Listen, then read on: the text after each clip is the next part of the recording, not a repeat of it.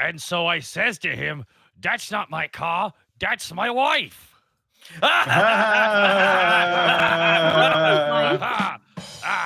Oh, excellent. Hi, everybody. Welcome to the badumch was unexpected there. Welcome to the Unexpectables. Welcome to the Unexpectables, everybody. What a wonderful Wednesday we find ourselves in here. We have a lot of people we gotta introduce here. We're gonna start off. Do you have a lot of people to introduce? Yeah, we really do have a second carload worth of people here. Let's give it up for Shenpai. Where am I? You kidnapped! Shut up! Get the chloroform! Quiet! Nadine, we said we wouldn't beat them. Holding me hostage and making me film these videos. When will I Get back in the hole, Zeno! We're a new family now. This sounds like a mid-2000s horror movie. Puts the lotion on its skin. It rubs the dice whenever it's told. It rubs the dungeon. It rubs the die-hard dice. It does this whenever it gets sponsored. No, we want them to like us. It plugs the die-hard dice. Again. Roll that 20s or else. Would you buy me? I'd buy me. My family, mister. It rubs the dice. We kind of lost track. Shenpai, where can people find you? You can find me on twitch.tv/Shenpai or on Twitter at ArrowVero, on YouTube ArrowVero/Shenpai. I don't really remember. I don't upload often on my YouTube. I stream games like Final Fantasy XIV or Persona 5 Royale. I don't actually know what else I have planned right now. I'm that boring. Okay, I got a question because I had a question since you're playing as Protag Kun. Which of the oh my god. Oh Jesus my, we'll Christ. get to that. We'll get to that in a moment. Oh my god. Which Protag Kun do you which character are you going for there, madame? Who you marrying? Who you getting with? Who you holding hands with? You think I'm gonna marry any of the girls for the fact that they won't give me a Ryuji? Foolish. That's true. That is it is a common flaw of that game that you cannot hold hands with Ryuji at any given time. And if I had to decide, it probably would be. I don't know. I don't really want to date any of the girls. High five, Shenpai.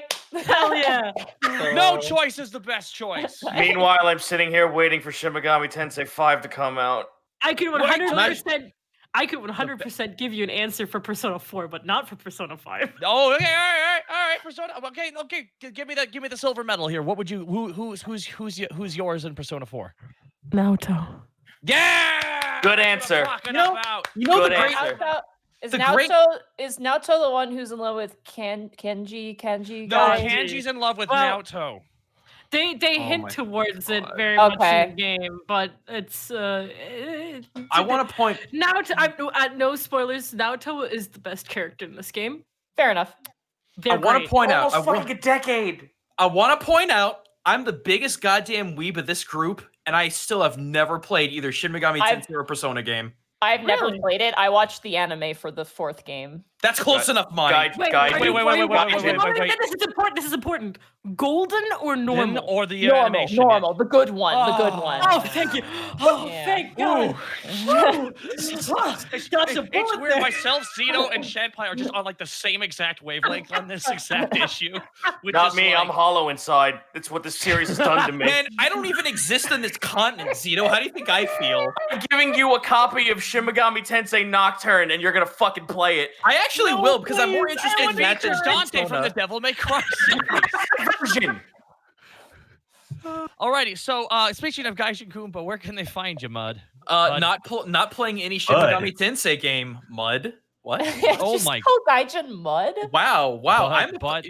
Wow. Sorry, I just saw filthy little mud blood right now, and I kind of just went. Anyway, you can find me at twitch.tv/Gaijin Kuma, not playing any of those games, but instead playing many another Japanese themed game because Ghost of Tsushima comes out in a week, and I'm so goddamn stoked you have no idea. That's gonna dominate my entire week. Next week, when that comes out on Friday, that's just life for me for a little while. I'll be definitely putting a. I don't know if I'm going to be doing a Witch Ninja or a Culture Shock on it, but it's definitely going to happen. But before that, people have finally voted on this. The next video I'm putting out is a Witch Ninja on Zuko from Avatar: The Last Airbender, and I have a surprisingly large amount of things to say about that good boy. That'll be coming out hopefully sometime late next week. God, other than that, I've been streaming, dude. If you ever want to play just a really batshit game, play any of the Way of the Samurai games. Like, all I remember is there's a lecherous old man in 4 who like watches. Nothing even happens to the girl. She gets off the ship and he just goes.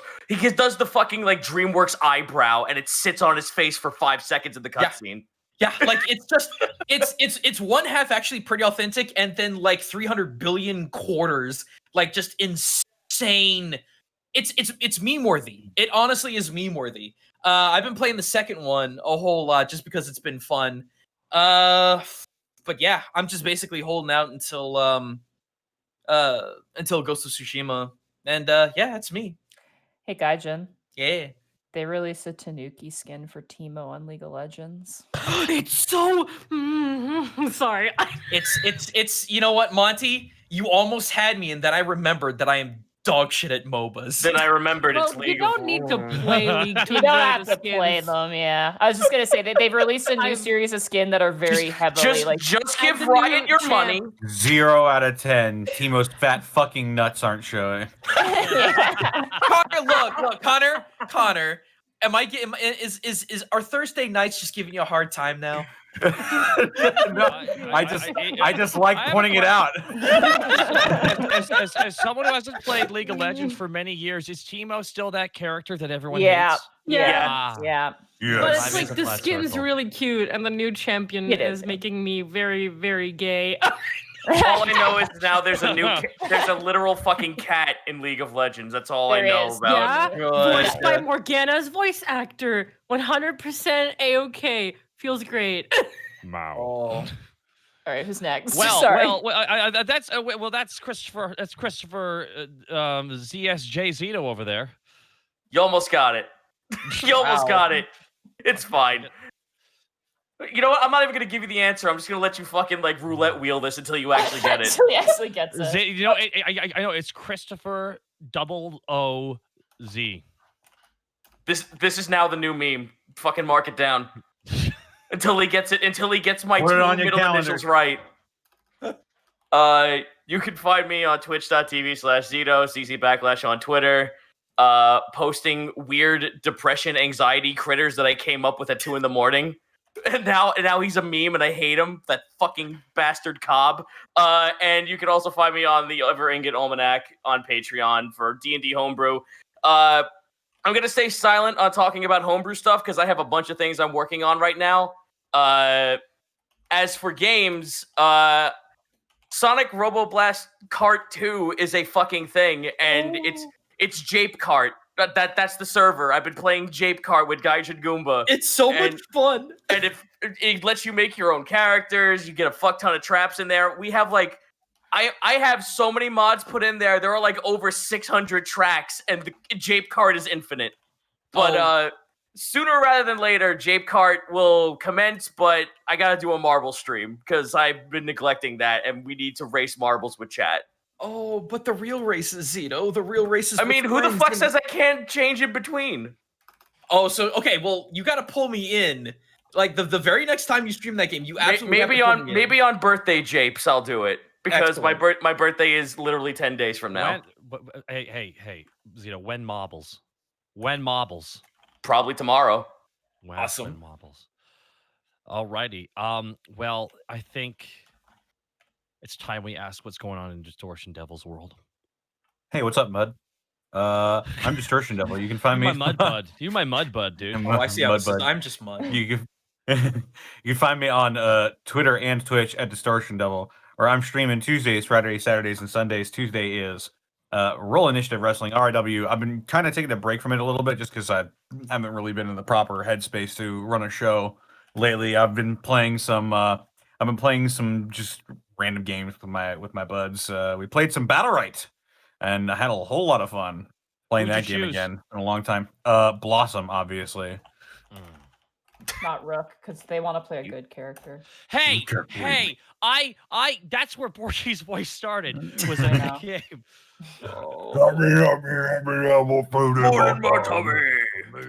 Yes.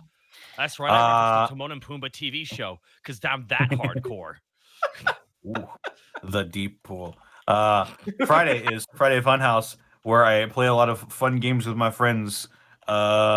Saturday we're playing Bayonetta 2, and I'm having a pretty good time with it. A better time than I had with Bayo 1, which is great because Bayo 1 sucks. I'm sorry. I'm sorry. Oh boy. I hear that a lot. Oh boy. Sorry, Camilla. And Sunday, I'm playing games with the Harbingers, the people behind Dead House Sonata at Apocalypse Studios. We've been playing some Unfortunate Spacemen, but we might be switching it up soon here. Speaking of Apocalypse Studios and Dead House Sonata, I'm going to plug them and their game once more. You should definitely follow that link and purchase a Founders Pack to get access to the first stage. If you want to play a game where you play as a vampire or a lich or a ghoul or a wight or a ghost or a banshee. A white? And Yes. yeah. I've been Oh. playing that game for 32 years. Oh, you beat me You- to it. I know. I was, And you fight the living. And it's gonna be a cool game. It's a action adventure RPG made by Dennis Dyack, the man behind Eternal Darkness, Sanity's Requiem, one of the all-time classic horror games. Excellent. Edward Bosco, where can they find you? Plug away, dude. Plug at twitch.tv/Edward Bosco. Well, he got it for me. And you can find me at Ed Bosco VA on Instagram and Twitter. Twilight Monty. Wings came out. You gotta see, if you haven't seen the Pokemon series Twilight Wings, you should watch it because Bosco voices the main taxi driver, Corviknight, Charmander. He also voiced Gengar in the most recent episode, and Wow. he's Gengar, and he was a bunch of other characters in that. So if you haven't seen that yet, that's the only thing I've seen lately that has Bosco in it because I'm a person of taste. Just joking. Ooh. But you did actually a really good job. So Mhm. Bosco. Yeah. You killed him. Bosco. I'm right here. No, What's I- up? I Okay. killed him. I said that was a good job. Monty's my secretary. Hi. Monty, where can they find you? You can find me at Montyglue on Twitter. You can find me at twitch.tv/Montyglue. On Twitter, I posted a really funny joke about soap and it made me laugh really hard. So you can go see that. I post art there a lot too. And at twitch.tv/Montyglue, there will not be streams until the 13th. There is a notice on my Twitter about why. So there will be no planned streams. I might stream, but if I do, it's because I want to, and it's like, casual. I want to play some games and stuff, so I may or may not stream it. I don't know. It's up to me. So just heads up, kind of a hiatus. I'll be back, and that's about it. Alrighty. Monty, will I expect a new soap joke next Wednesday? I don't know. It's up to the internet to decide. Dang it. You decide. I do have one other quick I- announcement if I can throw that out there real fast. Well, I was actually going to say where you can find me, but Oh no. Okay, no, go ahead. Go ahead. Kurt, Kurt, you step all over me talking, all our friendship. You gotta let me have one. Why did you just cut me off like that? Alrighty. I love you, buddy. I fucking love you too, man. You can find me at twitch.tv/Takahata101. Unfortunately, you can find me at Twitter at Takahata101 as well. I've been playing a lot of Sea of Thieves. I want to live there. I love living there. It's my favorite. It's so much fun. Today, the other night, I PvP'd. We sunk a bunch of poor people. How many? ships. How many did you drop? One. Really? Could you? Yeah. Or were there just no others around? No, they're just really fast. Ah. Speedy devils. That was half the fun. But yeah, no, Sea of Thieves is a lot of fun. I quite enjoy playing it. And as well, The most recent MNW, our wrestling stream, the big Multivania event came and went, and we raised a little over $3,000 for the Navajo Nation COVID charity. So thank you so much to everyone who helped out with that. Edward, Bosco, Arkov, Grizzly Adams, and everyone else in the community as well. So thank you so much for that. I probably will not be streaming this weekend too much, as I will be going into my family's cabin to go listen to the next Caiaphas Cain novel. So that'll be it for me. So Goomba, what do you want to plug? Oh, speaking of SRB 2 cart, there was this guy named T the Hero, and I wanted to give him a quick shout out because he actually made my boy Dumb Little G into a playable character. If you want to pick that up, I just dropped it in the chat. That's all I want to throw out there because I did want to at least give him a quick shout out. How many days are you gonna fucking annoy me until I actually put it into the mod pack, Gaijin? See, I'm surprised you haven't already done it. Because I want to not constantly look at carts every fucking waking day because I make mods and looking at the code makes you fucking hate it. Look, look. I want to say the modding community for that game is absolutely. Oh, it's stellar. fucking nuts! It's great. So that's all I wanted to say. My Discord can't handle more updates, Gaijin. I do like 6 a fucking day. Well, you can shove one more in. That's 7. That's too many. But that's lucky number though, Zito. You want to be lucky, don't you? No, I don't, because one of the racers always fucking wins in first. It's once Goat McDeltaroon gets in first place, it's their game. Then they should be streaming. They should be fucking streaming at that point. Goat Deltarune is my that sounds like someone that was like. It sounds like the name Commander Shepard should have had. It's me, Goat Deltarune.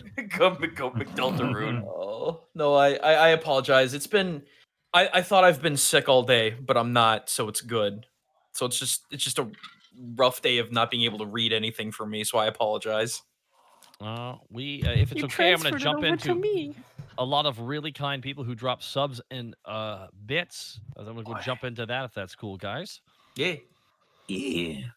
Heldrith, Jai Kaizen, Gaijin Goomba, Robate, Bernie Cinders, Golden Girl, then Crazy Fox, Zako Duo, Ban Hat, Dragonal Chemist 51. Thank you so much for the subs. Arc Requiem D gifting 5 subs to the community. Thank you so much, Arc Requiem D, for gifting those 5 subs. Very nice of you. Rags 18, RN329, Dork Lord of Sword, Iggy Hitokage, Jino Kaze. Iki Hitokage, Jino Kaze, Sen Sinful, Italian Pirate. Thank you so much for the subs. Scythe Drago with 5,050 bits. Hey, Unexpectables, just popping in to drop these bits on you all. Today is my birthday. Happy birthday.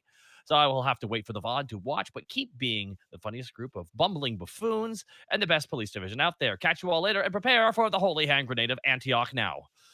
And we will find out what that is very shortly after this. Scythe Dragon, we'll be back to you in a moment here. Renfield 88 with 5 subs gifted to the community as well. Thank you so much, Renfield 88. Dragon 124, Shadiest 24, Brodon Rod, Takanub, Lasumeo One the Robot, Gumsy Kind of Guy, Shadow Dragon 21, thank you for the subs. Spirit of Love with the 1500 bits. Got me some Die Hard dice as a birthday present to myself. Made sure to mention y'all. Oh no. Scythe Drago dropping the holy hand grenade. Hallelujah. Hallelujah. Boom. With 100,000 bits. 100,000 bits gifted by Scythe Drago. Guys, a big round of applause for Scythe Drago. Thank you so much, Scythe Drago. Thank you. Thank you very much, Scythe Drago. Oh, Austin's going to love that audio. Oh, he's going to love it. I think he cuts all this. Right? I'm going to get a text message from him later today on Discord, just like, you fucking asshole. You clapped? You clapped? How can he clap? I clapped! How can he clap? Plane? All right, Scythe Drago. PTSDs. All hail Scythe Drago dropping 100,000 bits. That is incredibly kind of you. Thank you so much for that kindness. Shadow Dragon 21, Gamaliel, Dreadlord, Bedrock, Renfield 88, Draconian 9, Hemi Head, NHRA, Junior, Malak, Defective, Sheep, Phoenixia, 52, Ninar, Nineyel, thank you so much for the subs. Jai Kaiser gifting 5 subs to the community as well. Thank you so much. And as well, I want to thank Probate for dropping the 10,000 bits. Let this get out of the way. Here's the weekly bank. What's in it? You decide. Probate, thank you so much for the 10,000 bits, dude. Greatly appreciate that support from you, man. One for me, I think, of the 500 bits. Hey, Monty, are you ready for the entire Unexpectables community to give you love and support for looking after yourself? Because here it comes. Duck Nadine. S-Wolf95 with the 2,000 bits. Time for Dragon Zord. Why? S-Wolf95, thanks so much for the 2,000 bits. Misu Bill with a 1,000 bits. Roll 20. Stop bullying the Distortion Devil, please. Please. Please. I'm please just a simple man wanting to roll some dice. Ban Hat, 500 bits. Let's go. Okay. Alevens, the Citra King, Miskin 09, X Chub Toad X. Thank you so much for the subs. Puppet Fan with the 2,000 bits. D&D on my birthday. Time to hand out the presents. 2,000 bits from Puppet Fan. Happy birthday to Puppet Fan. Purple Fish with the 500 bits. It's my birthday today. Jesus. Dad, God. everyone was born today. If I will catch the entire stream, but glad I could give some birthday bits. Thank you all for what you do and helped me through so much and inspire me. Well, thanks so much, Purple Fish Bones. Puppet Fan, not just done with their birthday. Puppet Fan on top of 2,000 bits, dropping 20 subs. Woo! Thank you so much to Puppet Fan for dropping those 20 subs. That is very kind of you. Gifted to people such as Farnsworth MD, Blank for Something, The Uncle Bourbon, Ethereal Curse, and Bangalangs. And Reality Ripper. These are fun names. Puppet Fan, thank you so much. Oz195 following up Puppet Fan's kindness with 10 subs of his own. And Oz95 giving some subs to the kind people like True Free Shadow, Ralph6555, Wraithy Girl, and One Single Gremlin. Oz195, thank you so much. I know, right? Natora Kuma, Crazy Tail 30, Wormspawn, Earliest Bread, Marcus Atera, Random Man, Draco Choji, and Crazy Tail. Thank you so much for the subs, guys. Greatly appreciate that. Blackfoot Ferret. Oh, also missed Big Bad Shadow Man. Thank you so much for the sub as well. Blackfoot Ferret with the 5,000 bits. Emotes for Mudbuds. Thank you, Blackfoot Ferret. Thank you. Thank you. We got Mudbuds right now, and it's only because of you. Kigogi 11 with 20,000 bits. My goodness, you guys. Caught up in the Unexpectables due to a jape thinking someone died, and now behind in Prince Division. How the turns tabled. Who lied to you? Kigogi? It was probably Joji Senpai. I've actually had a couple people ask me if Bosco actually died. Oh, in PD? No, just in general. I'm not sure if this is. I'm not sure. One, I'm not sure which game, and two, I don't know which jape you got japed. I don't want to spoil anything, but yeah, the Prince Division most recent episode got pretty intense, and things happened. It's one of those situations where you, as a DM, look down at the notes you have, and you pick up the book and just throw it over your head, and you just roll with it. 20,000 bits from Kigogi 11. Thank you so freaking much. Arc Recommendee with 1,000 bits. May roll 20 not treat you like the Prince Division or Monday's roll with me sessions tonight. Wow.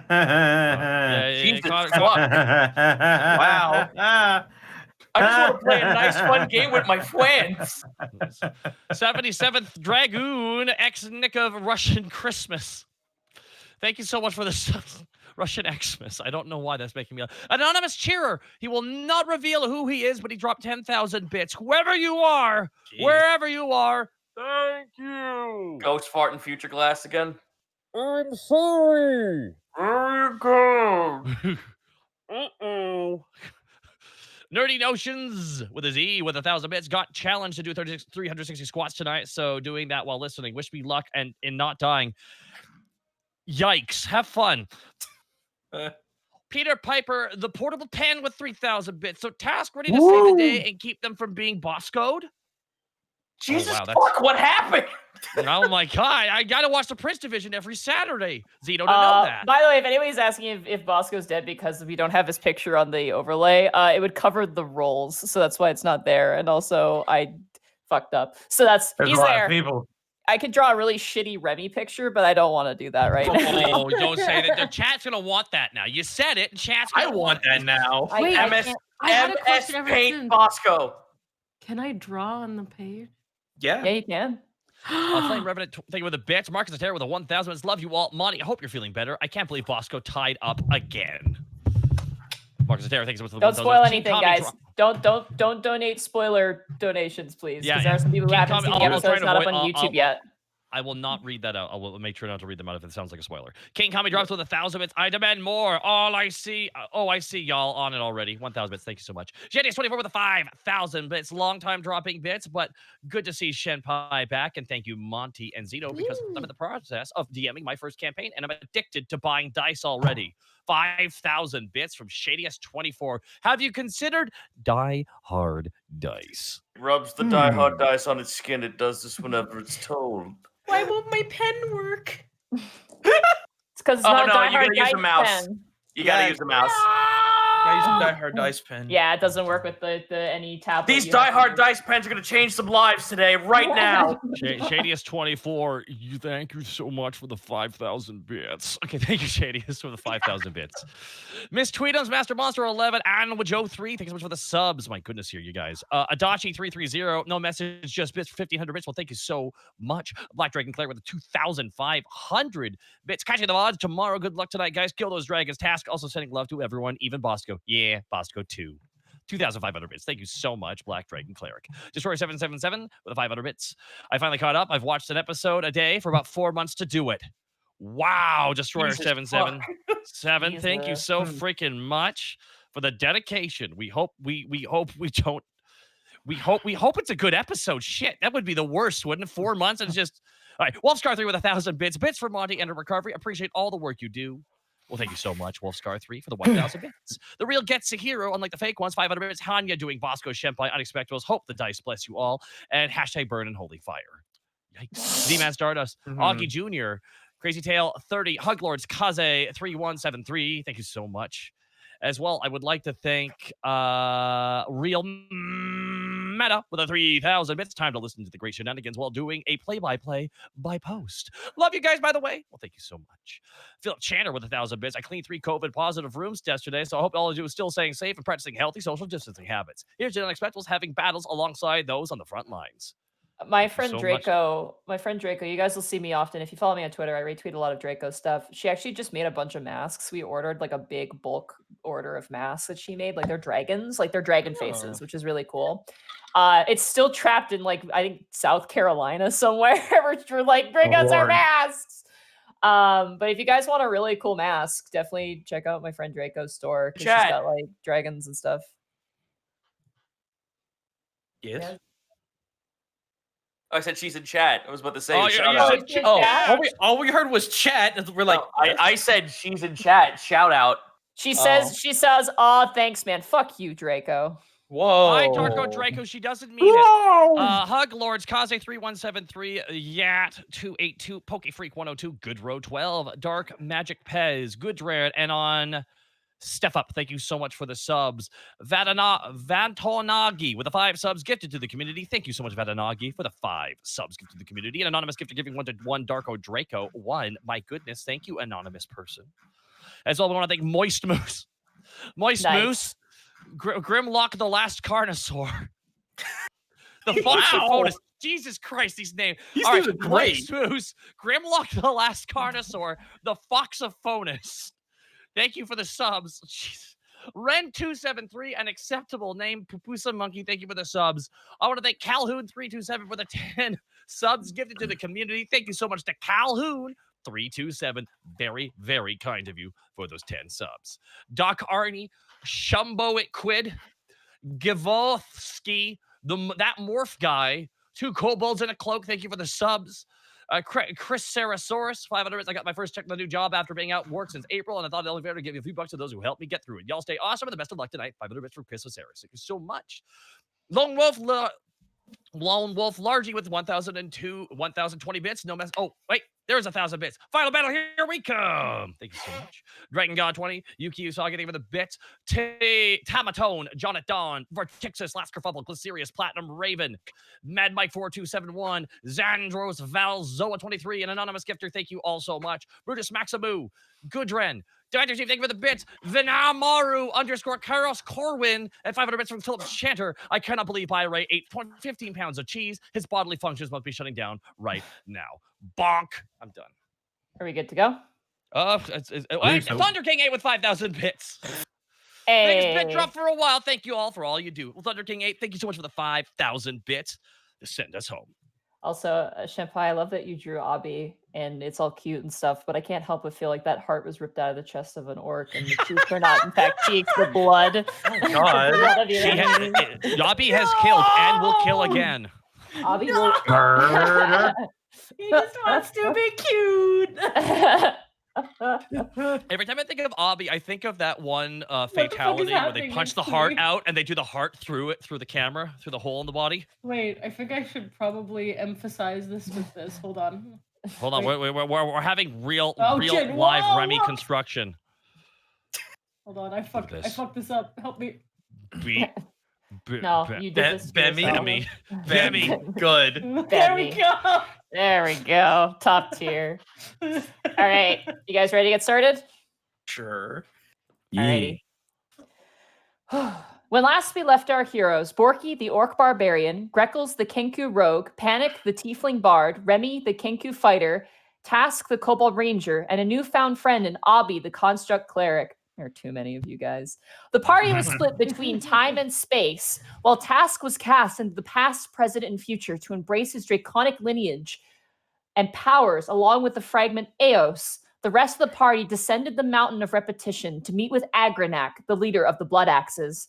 After a tense encounter with Agranak's fierce warriors and an honorable duel between Agranak and Borky, Abi shared their godlike powers, swallowing and smiting orcs in divine forge fire flame, along with the rest of the party doing backstab slashes, shield bashes, and shatter crashes, while Borky struck down Agranak in glorious combat.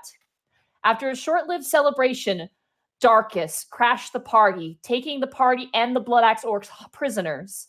And now, as flames and dark stone rise up from the horizon, we return to our heroes in a precarious situation. So, all of you guys along Borky, Greckles, Panic, Remy, and Abi. Roll dex checks. Damn it! You fell out of the net. Ah! Shit! Oh, fuck. You guys are currently aloft in the air, being flown on the back of dragon wings in these swinging cage-like structures that hang from long and crude spiked chains. The night air is cold and harsh and bites at you as your wounds sting and burn. How high up are we? Like hundreds of feet up in the air. Are we all in the same net? You guys are split up. Currently, in each net, Borky, Okay. Greckles, Mm-hmm. Okay. and Abi are in one. Okay. Remy, Panic, and like 5 other orcs are in the other.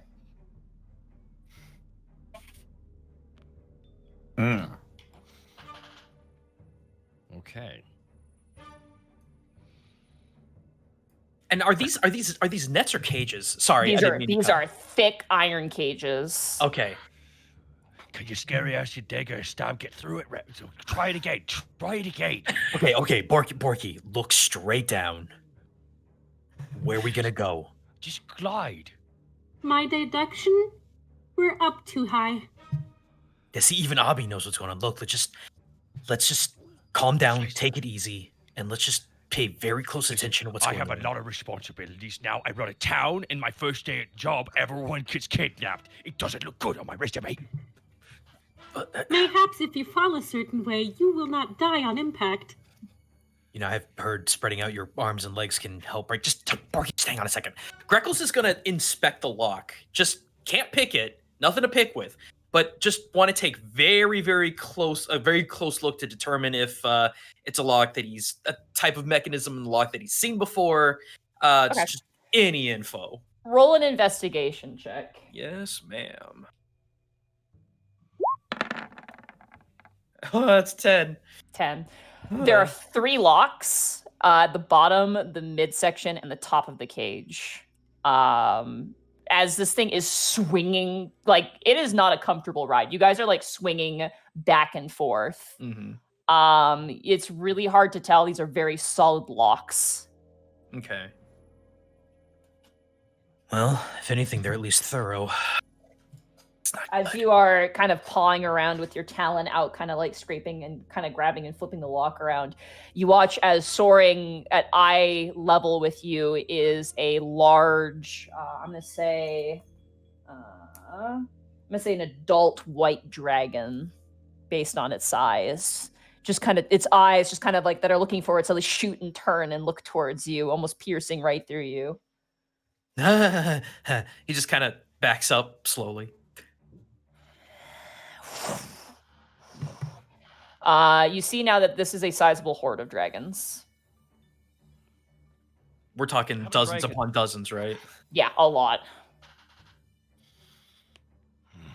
Now, are they all primarily one color, or seems to be a mishmash of a bunch? Mishmash of colors. Most of them are wormlings, but there are a few very large dragons here, all following under the wing of Darkus's 3-headed dragon, Kriegerim. And every single chromatic color, right? Out of the 5? Yeah. Interesting.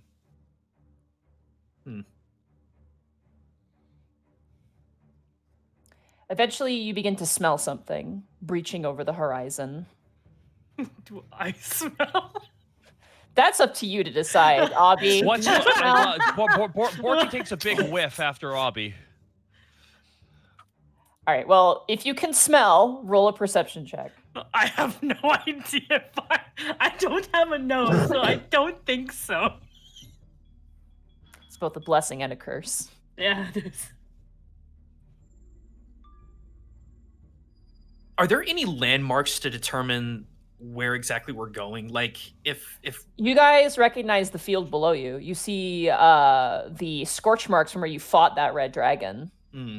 But it come and goes rather quickly. You see beyond that, not too much. You seem to be going off into almost if you were to look at a map, you guys are heading in an eastern direction. Right. Opposite to where you guys have been traveling for the most part. You guys were traveling north. You guys are going like southeast from this position. And probably a whole bunch of clouds and such underneath to obscure everything. Yep. And it's dark as hell.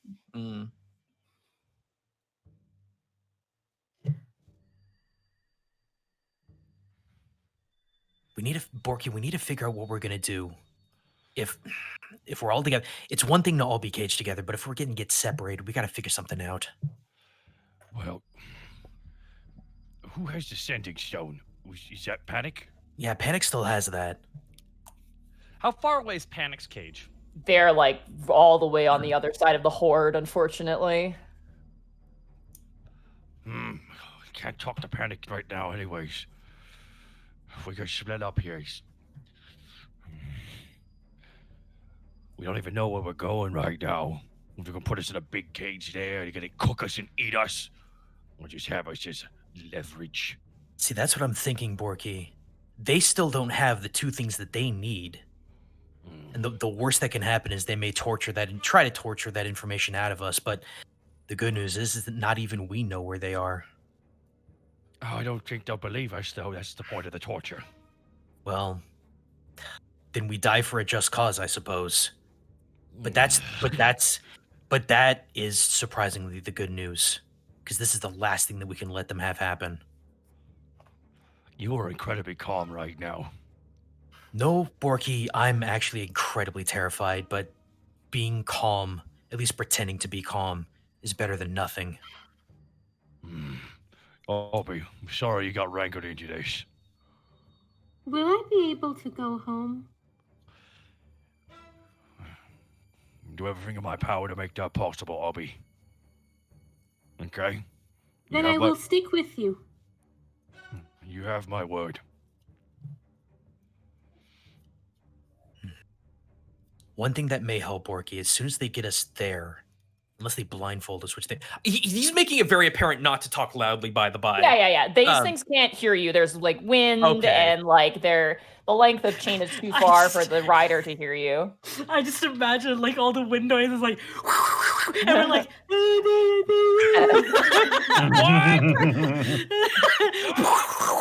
it's like a wind tunnel. One of the things that we can do that can help out Borky, when we land, if they don't blindfold us, just pay very close attention of where they take us. Look for markings, landmarks, corny paintings. It doesn't matter. Okay. Tell you what, if they put blindfolds on us or bags on our head, you count the steps. That's actually not a terrible idea. I'll actually do Thank that. you. Oh, I need you to do that because I can only count up to 68 or so. Oh, that's unfortunate. But here's the thing. If we lied... Okay, above game, have we actually lost our weapons? They've taken them. You guys still have your shit on you. Oh. Yeah. Huh. They haven't taken our weapons, so it leads me to believe that I think even if we used them, they just put us down anyways. Especially after what we saw earlier. I wonder if there's some way we could just get away. Even if it was just for a moment.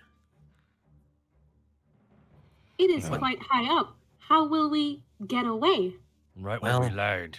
But the problem is, Greckles, there's so many magic users in this camp, and they'll be able to see through any invisibility you're going to do. True, but I'm thinking about good old practical stealth, but the problem is, the number of them is just going to be so many. We're not going to know until we land. But You guys begin to see something over the horizon now to go with the smell, which I don't think... Did anybody even roll for the smell? Oh, I didn't know we could. Yeah, no one rolled for the smell. I didn't know if you were talking to all of us or not. Yeah, all of you guys can roll a perception unless you can't smell by whatever means. 21. Okay. I can't smell because 5. Cool. Thanks, Roll20. 16. Okay. You just have a stuffy nose, that's all. Remy? Wait, 9. Okay. Borky and Greckles, as you guys kind of lean your heads out of the cage, you smell hot iron, smelted iron, and brimstone, and a kind of caustic sort of... It smells like a plastic processing plant. Ooh. Would smell. Oh, God. Like it smells awful. It's almost like boiling gasoline. It's like it makes you dizzy. God. You're just describing everything we endure driving through the wilderness here. Is this industrial Jersey? Sure. I don't know. I've never been there, but yeah, let's say that. As you guys all lean your heads out and look down, you see now the one city of, I believe, Tettelheim was the name of the city. It is not a city anymore. There have been erected in a large, impressive circle, not completed, a massive black stone wall encircling this area. The buildings that once existed, half of them are crushed, and the other half appear to be being used as perches for dragons. And what stands out to all of you is a half-finished, almost like five times the size of like a football field of red paint, a sigil that's not completed yet on the ground, encompassing the entirety of this town. That's magic, right? Can I throw above game? I know exactly what that is, Monty. But can above game or not above game? In game, can I throw a roll? Religion. Gotcha. I might know a little bit something about that. Not really. Oh, 13. 13. It's definitely magic in some nature. It's not done, so it's hard to tell what exactly it would be, but it can't be anything good given the company you're in right now. Could I try it? Yes, you may, Panic. You may try a religion check. Abby, you can try one too. I literally just wanted to say, can I use the tech magic recognize it has like a really small range, and that would be stupid. quick, scan them with your tricorder. But you are the religious one. Yeah, wait, hold on. If I can find my religion, hold on. Yeah, well, Same thing for you, Abby. You look at it, you're like, that's something significant, but you don't know exactly what that is. great. I want to put Borky and Hobby. I want to put 2 and 2 together and think that has something to do with what Darkus needs the other 2 for. Yeah. Borky, while looking at that, Borky's gonna look to see if there's like any kind of obvious place where the people are, like anyone from Alavast is being kept as a prisoner while we're flying over it. Because You can't see any small person right now. You're still Okay. too far away from that. One thing that does stand out to you on top of that is right dead smack in the middle of the city, you just see like something glittery, like a large expanse of land that's just like glittery and bright and reflects the moonlight back at you. okay.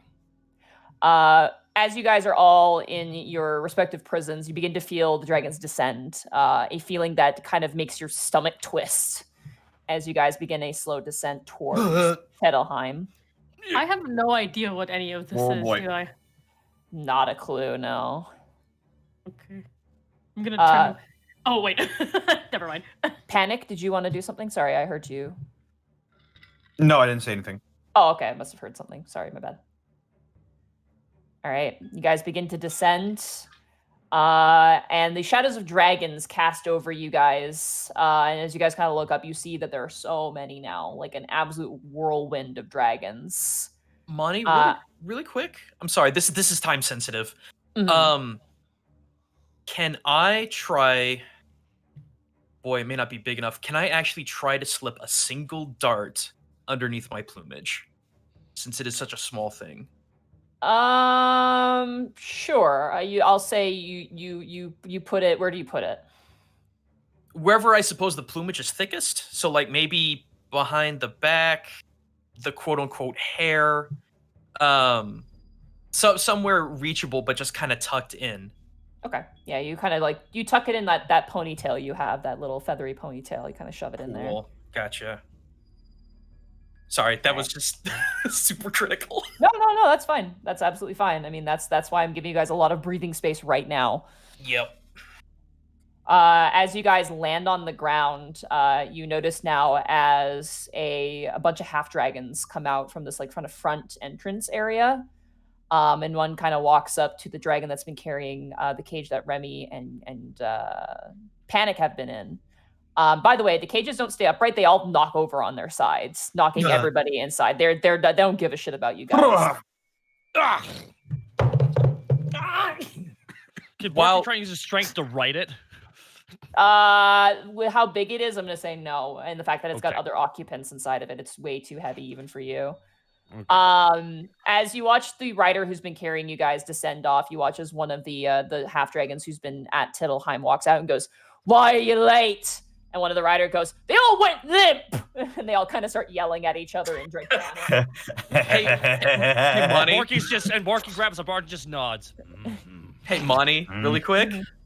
Mm-hmm. I actually want to attempt to sleight of hand one other dart somewhere where I can tuck it in on Borky. Roll a stealth check for that one. Yes, ma'am.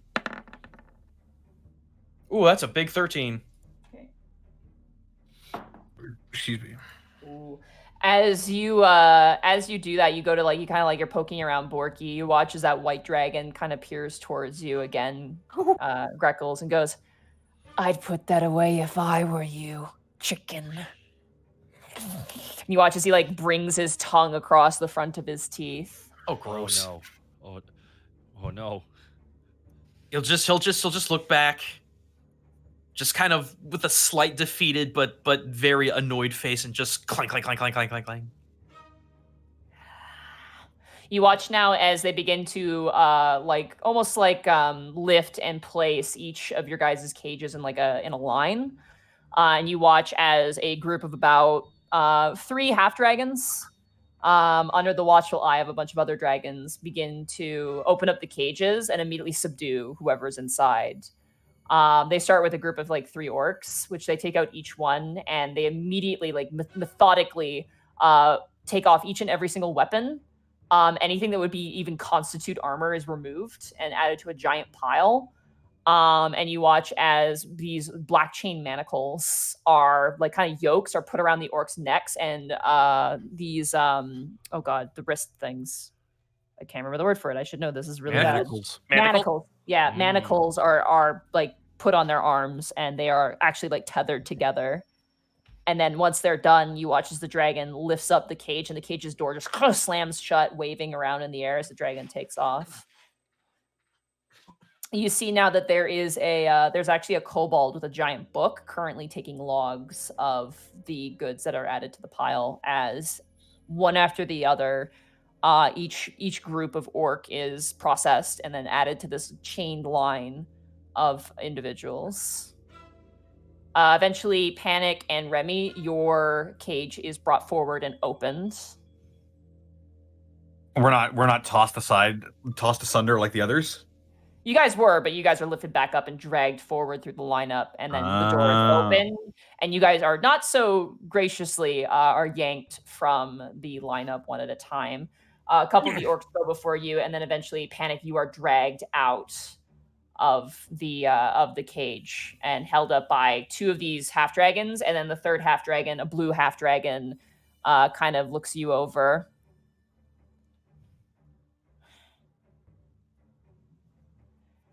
Hi. Nice jacket. Thanks. Uh-oh. They I take the made it jacket off myself. immediately. Like, they just rip it right off of you. Knew that was coming. They go to the side. They take copy cutter. They take any weapon you have. Since you actively did not conceal anything, they take every item you have on you, with the exclusion of just common clothes.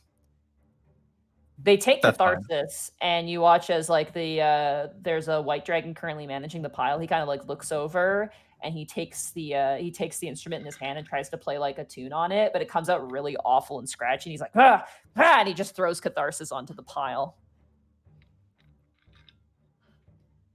And you watch as they look you over very closely, and a red dragon who's also part of the lineup goes, "That one's a spellcaster. Get the special manacles for that one." And you watch as they bring out these sort of blue steel manacles, which they latch around your neck and again around your wrists. And you can't Damn it. help but feel a little strange. They don't add you to the line. They set you aside and pin you to essentially they take your manacles and they like almost like rail nail it to the side of the stone and leave you there while they process the next people. Remy, you are pulled out from the cage. They kind of admire the crest on your armor before immediately taking it all off. Your sword is pulled from you. One of the half dragons kind of swings it around and kind of runs a hand down the length of the blade and kind of smiles and sets it to his side and goes, "I'm going to keep this one for myself." And you two, again, they look at you and they manacle you in the same way as Panic. They bring over these almost like blue steel manacles and on your neck and on both wrists. You are left in just commoner's clothes with nothing else. Eventually, they process the rest of the orcs, leading up to Greckles, Abby, and Borky. Borky, you are dragged out first since you're the biggest person in that car. Yeah, here we go. Okay. Immediately, they take Ronfault from you, and the moment they go to reach for Ronfault, this whirling wind just whips around you in anger. You watch as one of the dragons just kind of snarls and just takes the sword and just throws it into the pile before wiping his nose where the wind had struck him. They take Gripples. They add it to the pile. All my friends are stolen. no. Sit him on the ground. He'll give you a present. I don't hear voices in my head. They are no my counselor. friends are That was- gone. That was literally, I'm a genius. Oh no. They take tubs. Oh, no, I did leave tubs at the Sweet Dragon. Oh, that's right. You did leave tubs at the Sweet Dragon. I'm sorry. I am incorrect on that. So they do not take tubs. I placed 4 loaves beside him. He better be okay. Yeah. But they take every other item you have, every weapon you have. Gruel's axe is gone. Everything else is gone, added to the pile. You are just in common clothes, which is basically your normal outfit anyway. Mm-hmm. They manacle you as well in the same fashion as everybody else. And as in like the Panic and Remy, you're manacled in the same way.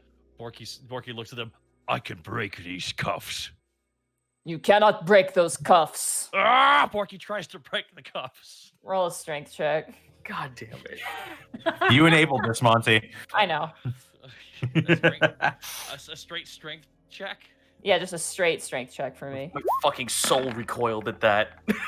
13. 13. You pull. These are very thick, Damn it.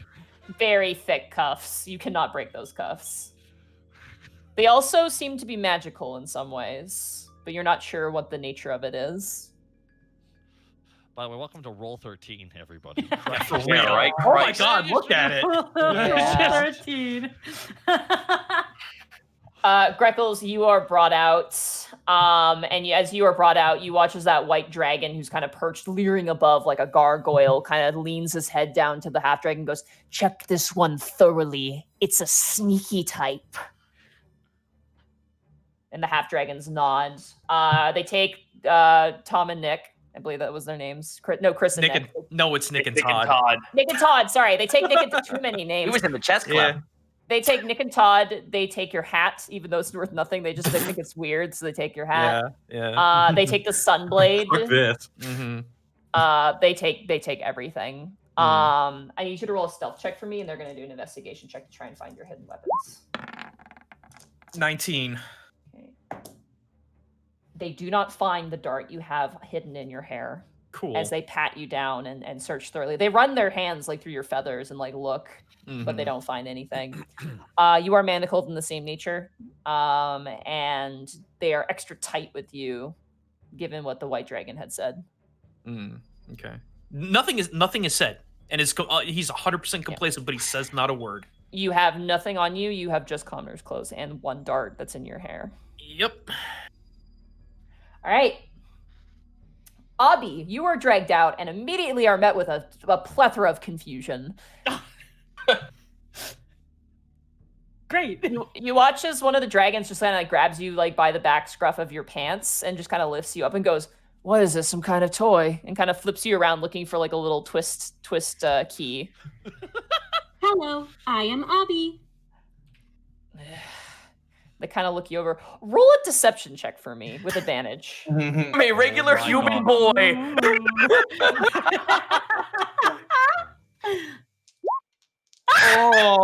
With advantage. It's with advantage. It's with advantage. So 14. That's a 14. Okay, good. Boy. I am a real boy. You watch as the dragonborn that's holding you up kind of looks you around and goes, "Man, this is some creepy shit. It's like a fake kobold. Yeah, we'll add it to the horde." And they toss you into the pile of stuff. Oh boy. Oh. Oh my god, I'm so happy right now. I was He's gonna wondering if that start- was going to he's gonna- happen. He's gonna start feeling around. Okay. You feel a lot of swords and a lot of armor. As you guys are processed, more orcs are pulled through. You watch as one of the dragons, one of these ancient dragons, lands on the ground. This ancient white dragon lands and turns down and says, "Those ones are wanted by the next king." And one of the half dragons kind of walks over and grabs the front of the chain, which is led by you, Panic, and begins to drag all of you guys forward into Tettelheim. Did he say the next? Okay. The next king, yeah. Hey, Monty. Testicle fuck. Tettelheim, was that the place to the south where the fire dragons attacked where Helga was? No, I'm hoping I'm not getting this town name confused. There wasn't. Was it Tettelheim? I'm trying to remember what the name of the village is. I get these two confused every time. I wrote this fucking game. Let me double check and make sure I haven't been saying the wrong name the entire time. It's fine. To the wiki. I literally am looking there. Labreus? Oh yeah, it's Labreus. I'm an idiot. Oh, It was all right. Labreus. Yeah. Okay, I was gonna say that we're very close to Alavast. I get these two confused, but yes. It is Labreus Village. I am sorry. Shahalam's messaging me now. I'm in trouble. Uh-oh. She's got a gun pointed right at your Discord, just like, shut. I wanted to double check because I assumed that's what you meant, but you kept saying Yes. Fidelheim, so I just wanted Because to I'm make an sure we weren't- idiot. No, It you're is fine. it is Labreus Village. It is Labreus Village. Notably, you guys would know that Alice came from here. Mm. You guys are led through what was once probably a beautiful human city. It is now just there's a permanent darkness over this place. It is nighttime, but there's this shroud of smog. There are fires every 3 steps with dragons snapping and like stretching out mysterious chunks of meat. You're not sure from what. You can only assume. You see a lot of individuals chained together carrying rough stone through the city. And there are... They don't have us blindfolded or anything, correct? Nope, you're just walking through the village. No blindfolds. As soon as we get to any sort of enclosure, building, jail cell, otherwise, Greckles is taking very, like, foregoing any additional check, because it's 100% focus, to just get a mental note about where they went in, where they're going, and potentially how to get out. Okay. This place is teeming. Like, if you guys have been flying, but this place is just infested with dragons. Half dragons, dragonborn, kobolds, all looking very nasty and armed to the fucking teeth. The only people who are not armed here are very clearly slaves. You do know, I'm gonna say everybody roll a perception check. Except for you, Abby. You're a little preoccupied being under more armor. You've been covered up at this point by more shit. Ooh, wait, if I'm covered up by stuff, can I start digging around to search for small things that I can shove into, like, my body, pretty much? Are you gonna Sure. bender? You're gonna bender this? Hell yeah! Sweet. Sure, Activate I'll say, the well, Killbot. everybody else roll perception checks, and Abby roll an investigation check. It's a fat 10. Here we go. Wow. Oh, never mind then. 6. 12. Oh my god. 25. Man, these Thank rolls are you. good. Nice. Yay. Oh, Jesus 14. Christ, roll 20. Abby, as you're kind of like, you're like, okay, perfect. Now's the time to start digging. Uh-oh. You can't move your arms. You're underneath too much stuff. Oh, no. You waited too late, and now... And you begin to feel your body become weightless now. Uh-oh. And the sound of wings. The rest of you guys, as you're walking, you kind of like keep your eyes on the scenery around you. Remy, as you look around, you see a young man who you recognize with a ponytail and a piece of straw in his mouth, albeit singed. You currently see Welch working on a food line, and he kind of notices you all, and his eyes go wide. Panic's in front of me, right? Yes, Panic is in front of you. So the marching order is Panic, Remy, Borky, Greckles. Since his arms are probably bound, he's gonna reach forward and just push them into Panic's back. And when Panic turns around, Remy's gonna nod in that direction so he sees it. Well, at least he's alive. And if Borky sees Remy move his head, he can look that way too. Borky looks that way. You see Welch. He looks beaten up, but he's there, and he's always... Somehow, that man, always looking handsome. I'm at the front, so I assume that I can't reach that far. You don't see him, yeah, no. As you guys continue walking, you begin to see an assembly line of crude iron works. You see now as dragons are being armored. You see currently... Is there anybody else that we recognize with Remy's 25, or is it just Welch? I'm gonna get to that. Oh, sorry. You're good. You see now there are a bunch of blacksmiths working this line, making armor that the dragons are adorning and barking orders at. Notably, at every single corner where there's a group of people, there is at least 2 or 3 half dragons with whips or weapons on them, barking orders at the people around them. As you guys walk past this assembly line, you notice clear as day, because you see him every single day, Ben, the gentleman who lives across the way from you, currently working at one of these anvils, sweating. His face is kind of thin, and he's looking kind of scarred working. There's a lot of dwarves here. You notice there's been a lot of dwarves picked up. Some are mason working. Others are working the forges, shoveling slag. You guys proceed forward, kind of yanked. All of a sudden, all of you are yanked as the half dragon kind of yanks the chain, pulling you all forward. Then you see what was glittering up ahead. A massive pile of treasure. That expands about maybe 30 feet in diameter, if not larger. Rising up to a peak in the center, where a set of stone steps rise up to the top of an altar.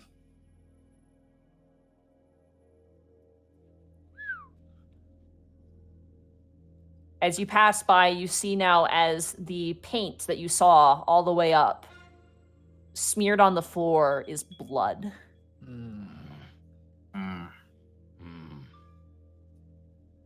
Can we do possibly another check since we have more information? Up this close, no. It would be a medicine check to tell if it was blood, but you don't get it. Not blood, but altar plus circle. I mean, at this point, because you don't have the skylight reference point, you don't know what the nature of this is. I mean, you can put 2 and 2 together as yourself, but you don't know the specifics of what this is. Okay, that's fine. Yeah, this is very clearly a religious thing of some nature, and is very dark in nature as well. You guys are forced up the stairs by this half dragon, eventually leading you to the large 3-headed dragon perched at the top of the altar, with a darkened form with 2 crescent blades standing underneath. I am going to show this artwork again because it's really good. And so you, in case you forgot. Here's to humble you again. Fuck this guy. All my homies hate Darkus. That's what I've been saying all this time. No one fucking believed me. No believed you. Got a couple sickles. Got Kopeshes and everything. You guys are slowly brought up the stairs, this feeling as the 3-headed dragon, all eyes are on you. All 6 of these strangely soulless eyes stare down at the 3 of you, the heads kind of leering down towards potential food as you make your way up the stairs. And eventually you are brought in a line before this dragon. This dragonborn with baleful wings.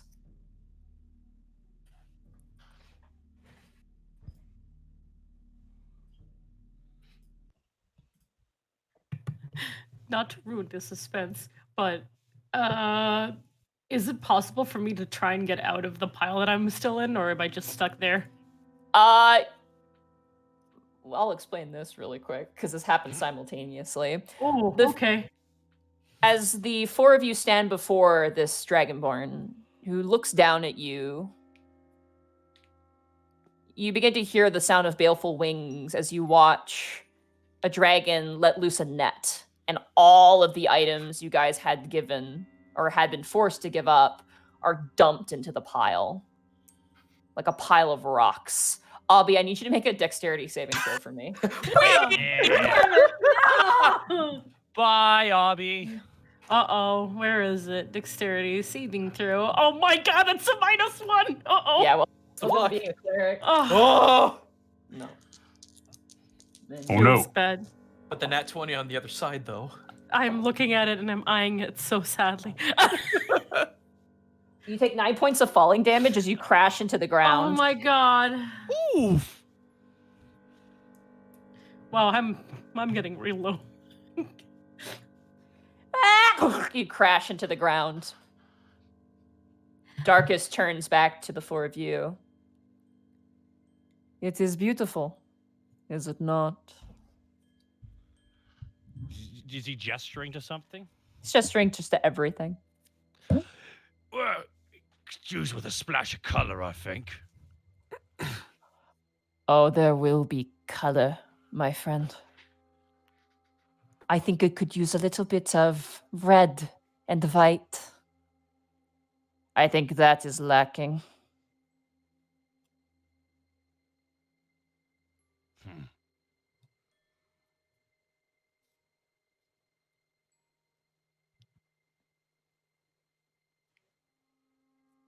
I think you're slipping.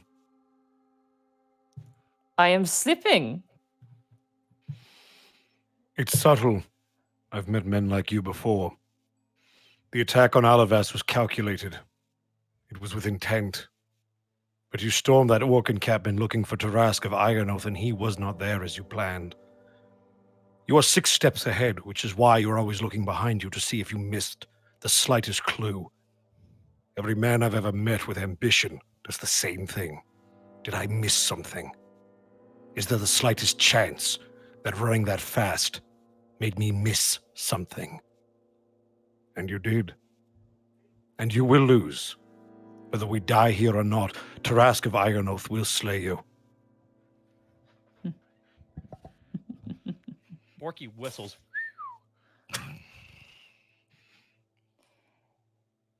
Your noble words can raise kingdoms. Your honor can raise nations. But you are weak. So grounded as he kicks you in the stomach. You do not wear armor anymore, so you're not adding your armor bonus to this. That is going to be a 15 to hit you. That will hit. You take oh shit, I gotta grab the stat sheet. 1 second. Uh-oh. Watch him have like a 30 to strength. Legendary action right in the nads. Quiet, Zito, you're not here. Legendary action, hoof him in the cherries. Oh god, where did they put these? Uh-oh. Ah, Legendary no. action, cranberry blast.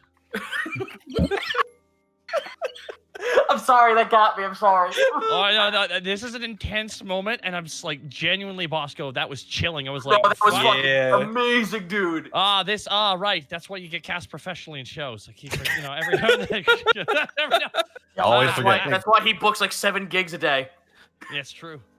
Big gig Remy. We love you, buddy. I appreciate it, guys. Thank you.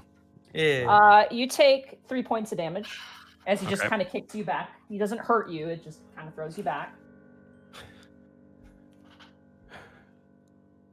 You see, everyone is slipping.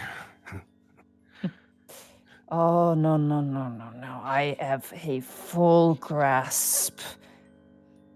Your words are empty. Your armor's gone. Your kingdom will burn. You will be set back exactly the way things were once. You should be bowing on your feet.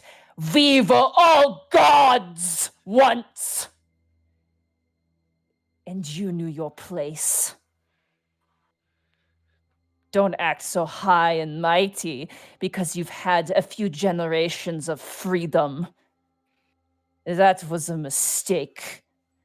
The nature of this world is a mistake. And I alone will fix it.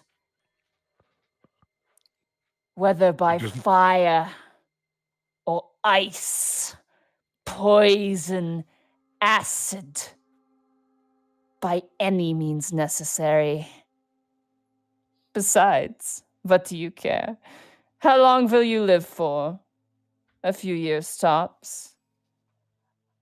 I have thousands of lifetimes granted to me by the beautiful Instruck to search and comb the world.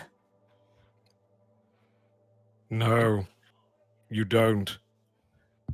You can rummage through all of this garbage and find a crown and place it upon your head. That doesn't make you a king. You will pay for Iron Oath, and it does not matter how weak any of us are. It is not by our hands you will be slayed. There is one man that you fear, and you don't know where he is. So run your words, because your words are as empty as mine. You watch as he brings out his blade and puts it right underneath your beak and lifts your head up towards him. Remy will not flinch. My world has no kings, only gods. Split them up. Put them each in a camp. They will bring Tarask of Iron Oath to me, like a fly to lamplight. You guys are yanked forwards. If any of them step out of line, he swings and points the blade. Kill 5 innocents for their transgressions. Shit. There are worse fates than death. And he turns back to his 3-headed dragon and coos as you guys are yanked away. While he was in front of us, could I have done some sort of perception or investigation check to see if he had anything he was keeping on his person that was meant to be hidden? Sure. Roll a perception check, I would say. Also, I wish somebody incited him to see if he was slipping. I was actually going to say that. I was Go ahead. I was roll also going to say that as well. Greckles, roll insight. You guys have to say this when it's happening. Don't be. Yeah, that's why I was doing. I was hoping somebody would I incite him. just didn't want to interrupt. Yeah, I kept my mouth shut specifically just to have that opportunity, just to watch him. 22. Okay. Nice. Perception from Panic to see if he had anything on him. Here we go. Ooh. Natural 20. Yeah. Natural 20. Good job, guys. Good teamwork.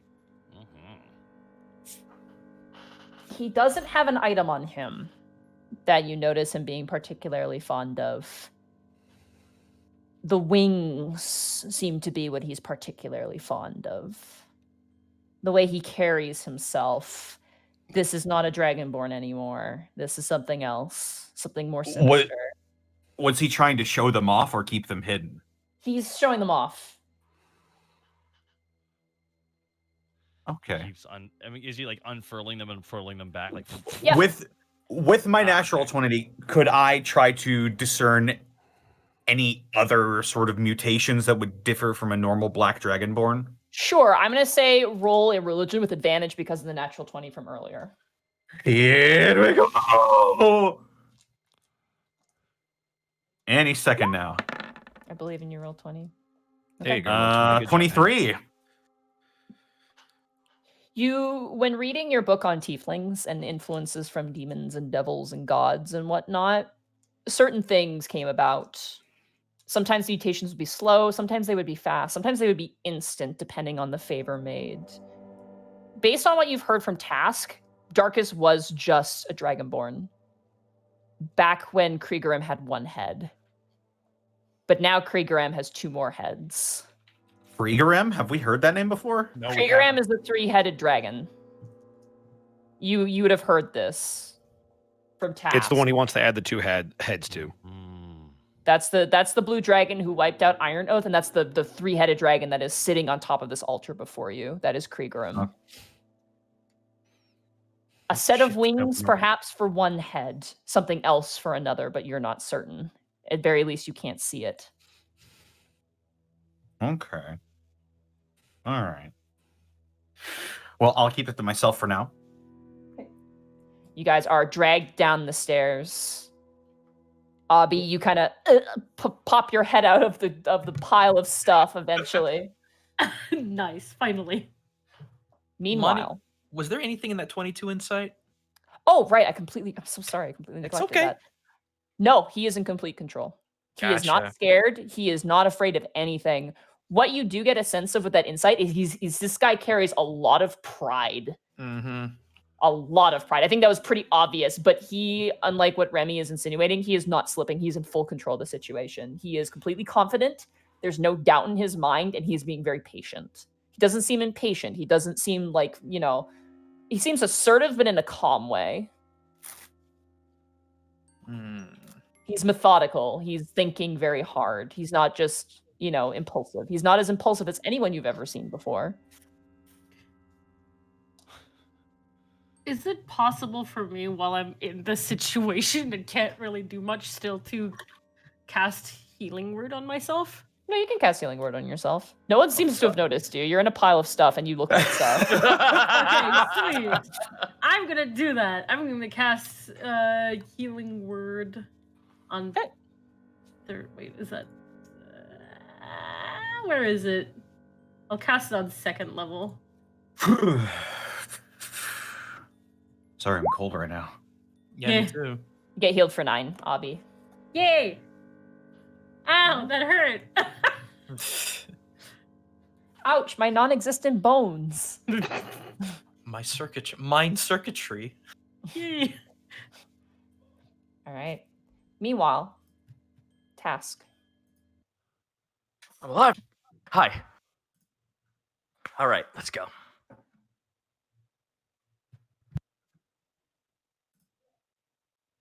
Hello? I'm here. Sorry, I'm just getting music. Oh, no, okay. Actually, I don't want that. I want this music. You and Eos are floating in this strange empty ether, a strange contrast to the hot desert sands you'd grown accustomed to over the month of training with Tarisk.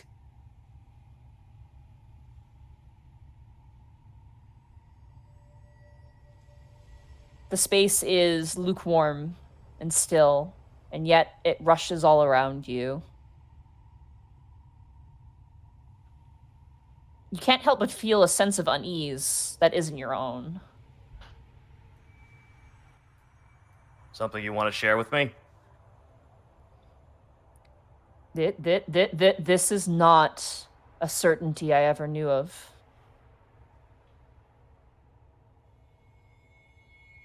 Oriara, I think, withheld this from me. And here I was about to say, welcome to being immortal, or at least attached to one.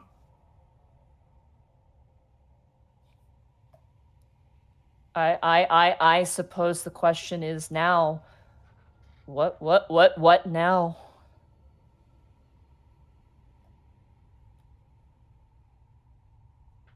Getting focused on something caused me to be a bitter and angry person. If anything, I've just been letting it all appear before me, letting it present itself.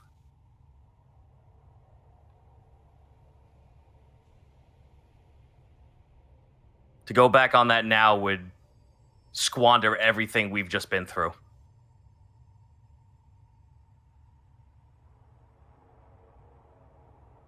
If we're in this realm, this pocket realm, and we're in some sort of time loop and nothing has come to pass yet that would doom this or make this a failure, we just have to wait for it then. So be it. A path to destruction is still a path, I suppose. Though, if you were given the choice, how would you handle this situation? You are a fool. Creatures like me don't get a choice. If we do, the world changes. But I suppose that's egotistical of me to think in such a way. Is that not what we're doing right now? Changing the world for what it is? Maybe your world, but not everybody else's.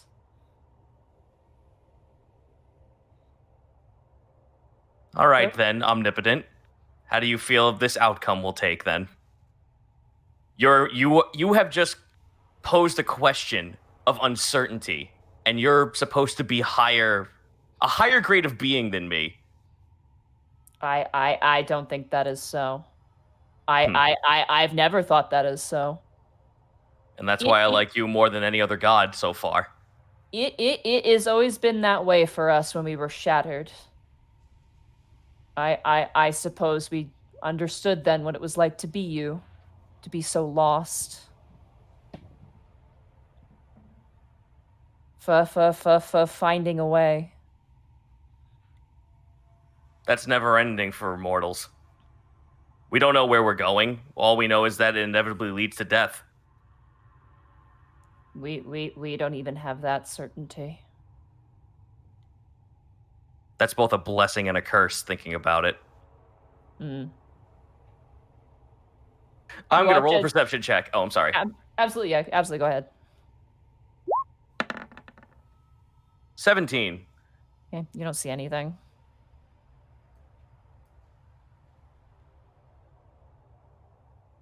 There is one more thing I must do. And that is? I must leave you to set this all in motion. To confirm the constant. Is not separating me going to kill you? No.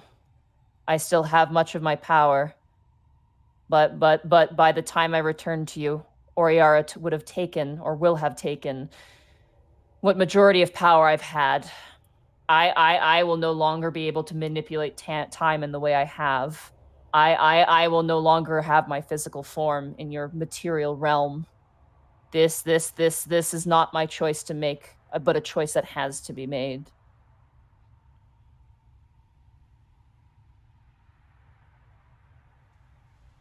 There's no other constant that can work, is there? Not in my world. Not in my time. You feel the ground rocket towards you as you land on a stone floor. Okay. I'm along for the ride as much as you are. Whatever you're going to do it now. You wince your eyes open and you see before you the mirror. Walk up towards it. Completely shattered. Are the pieces on the ground? Just as you remember them when you first found this cave. I pick up one piece. Broken. Cold. Flat and sharp.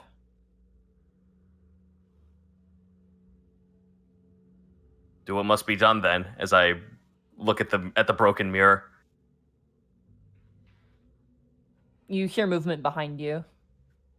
Turn. You see Winter standing there, her hand placed upon the nose of the dead gold dragon. Notably, her goggles are gone. The present, then. She cocks her head to the side slightly. You heard that. She shakes her head side to side. No.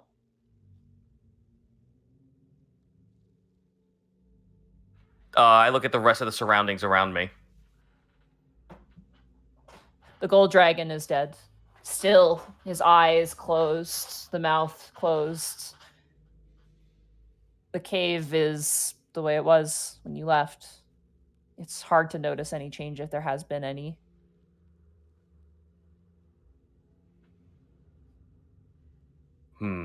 Winter walks up to you and grabs her goggles around your neck and takes them off of you. Fair enough. She places them around her head and kind of taps them like, whew. And she turns to you and gives you a smile. I smile back at her, but then I nod my head for her to follow me outside. As you two begin to walk outside, you feel almost a weightlessness for a moment as you kind of stop in your tracks and turn behind you. And you see Ao standing in the middle of the cave. Still with a physical form, I see. This is where we part. For now.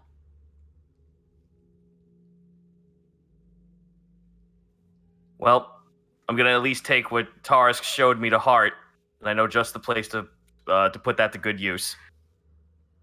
You watch as Eos turns to Winter. Can you get him there? And she nods back.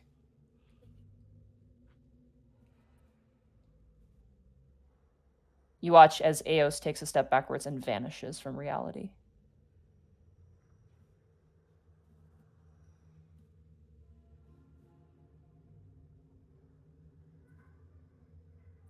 Winter pats you twice on the shoulder, getting your attention. I turn to her. She gives you this nod. She stares at you in the most serious fashion you've ever had her stare at you before, and she just gives you this nod, like acknowledging nod, like, are you with me? I give her a nod. Very purposeful. Very purposeful task is right now. Straps his gear a little bit tighter and then nods his head up towards the mountain. You watch as she does a quick sharp whistle, and you watch as her griffin runs into the cave, all poofy and fluffy and excitably. Task gets on first. Okay, you get on first in the front, and she gets on behind you. But then she gets off and then gets in front of you because she's like, yeah, that's not going to work. You get behind me. And she takes up the reins. Well, Tash just like kind of like apologetically like lurches back and just like, well, plus side, my fear of flying is gone. She kind of looks and realizes, and she kind of turns to you and like looks a little confused, but then nods like, hey, you're right. All right, You watch. let us go. All right, she's gonna make a griffin riding check. Yeah, stellar colors. You watch as she kicks the side of her griffin, and it takes off into the air. Her griffin is very small and thusly very fast. The air rockets past you as you guys take off into the air. You blend into the clouds as she rises up the griffin into the air and out of sight. And here's where we're gonna take a break. Oh, thank you. Woo. I have to use the restroom. Let's go. I'll be right back. Help, I'm still stuck in the pile of stuff. Help me! Help! I realized when I was writing, I'm like, they've never taken a construct. They've only ever taken real people, so they don't know what a construct is. What do you mean, real people? Real people. Like fleshy people. Come on. I was like, haha, this is a very faulty thing they did, and then I failed, and I was like, you know what? I guess we're all losers today. Oh, man. And here I was hoping I could do something cool again, but no, all my energy was wasted on the last session. Oh, man. Obby's just burnt out, literally. What? It's just we're fucking prisoners again. But you're all together this time, kind of. We're all in this together. Well, half. I'm still stuck. We're in the half harbor. in this together. There's some in this together. Oh, my tooth. Hey.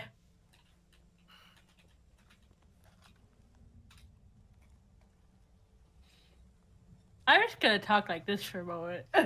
Okay. I gotta send Zito something. I can't feel my jaw. Oh no.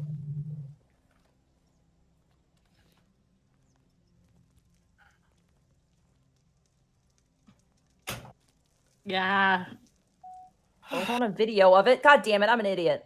Give me a picture. There we go. Welcome back. Welcome back. Welcome back. Welcome back. All right, I'm back too. Okay.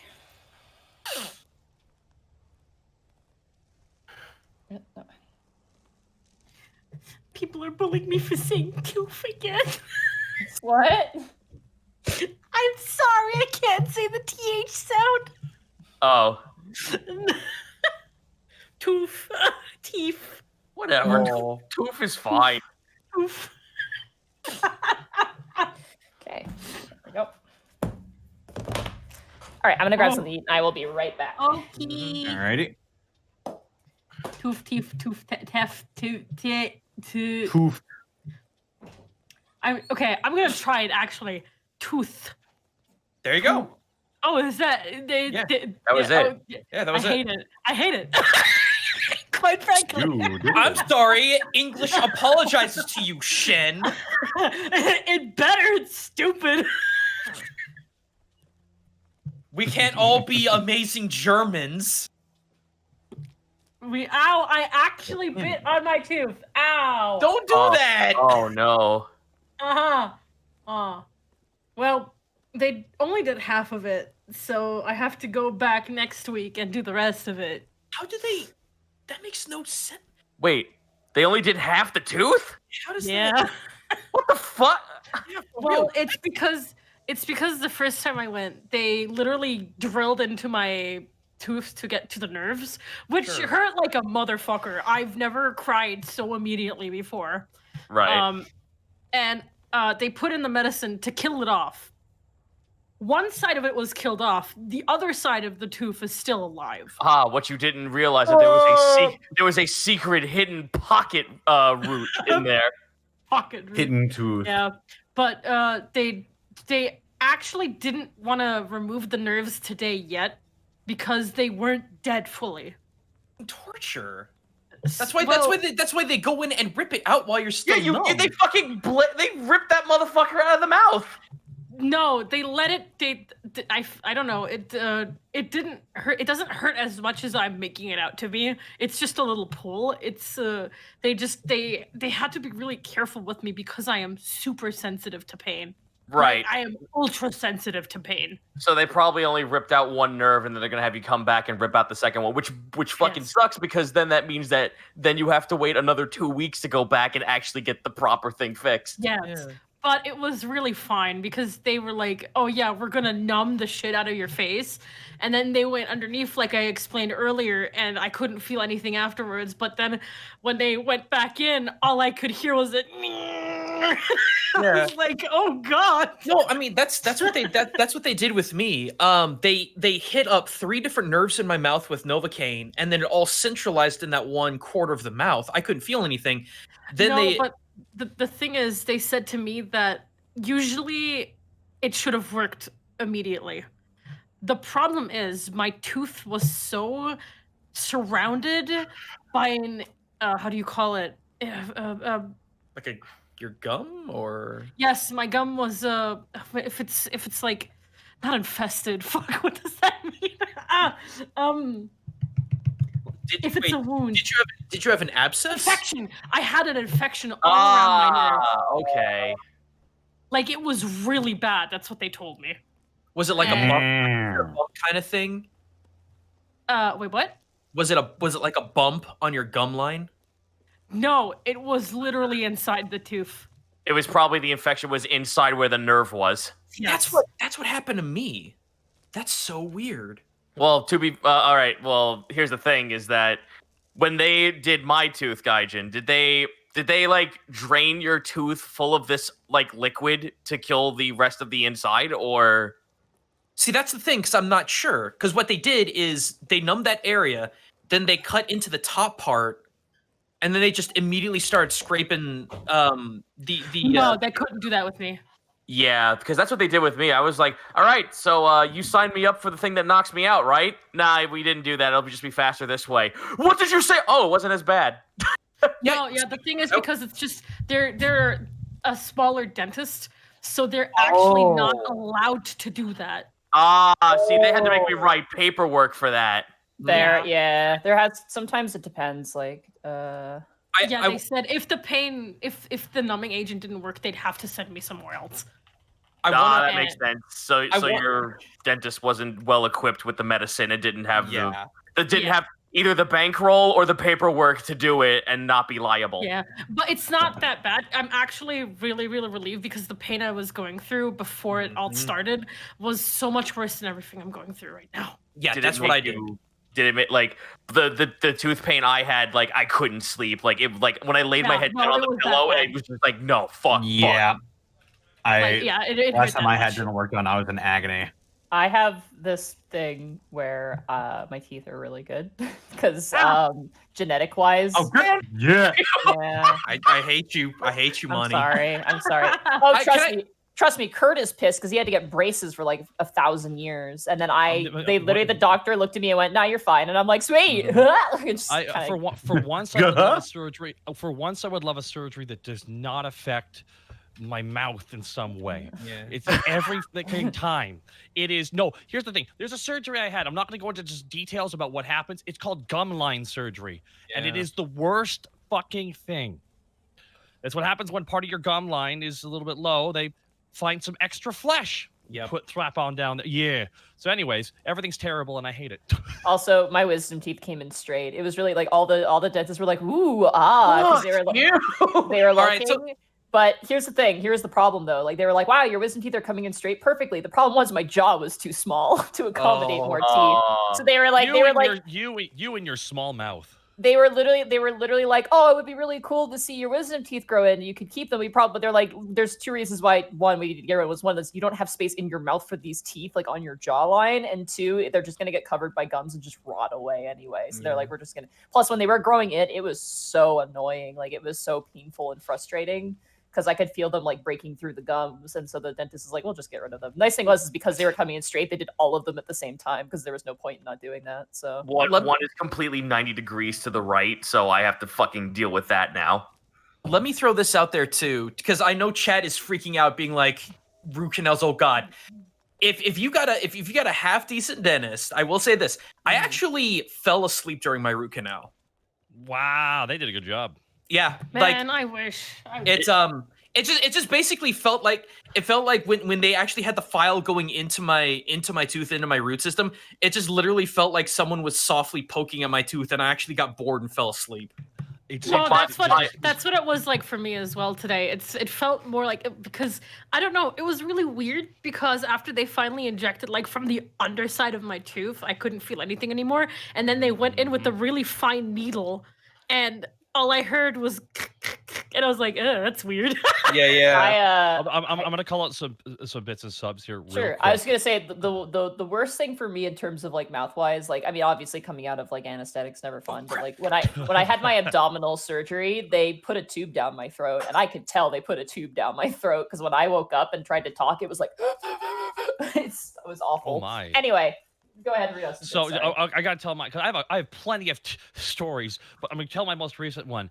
Now I found out one of my teeth was dying as they said, "Oh, your tooth has gone necrotic," and I'm like, "No, that's a D&D damage. I don't like that." I don't like that. I don't like that adjective.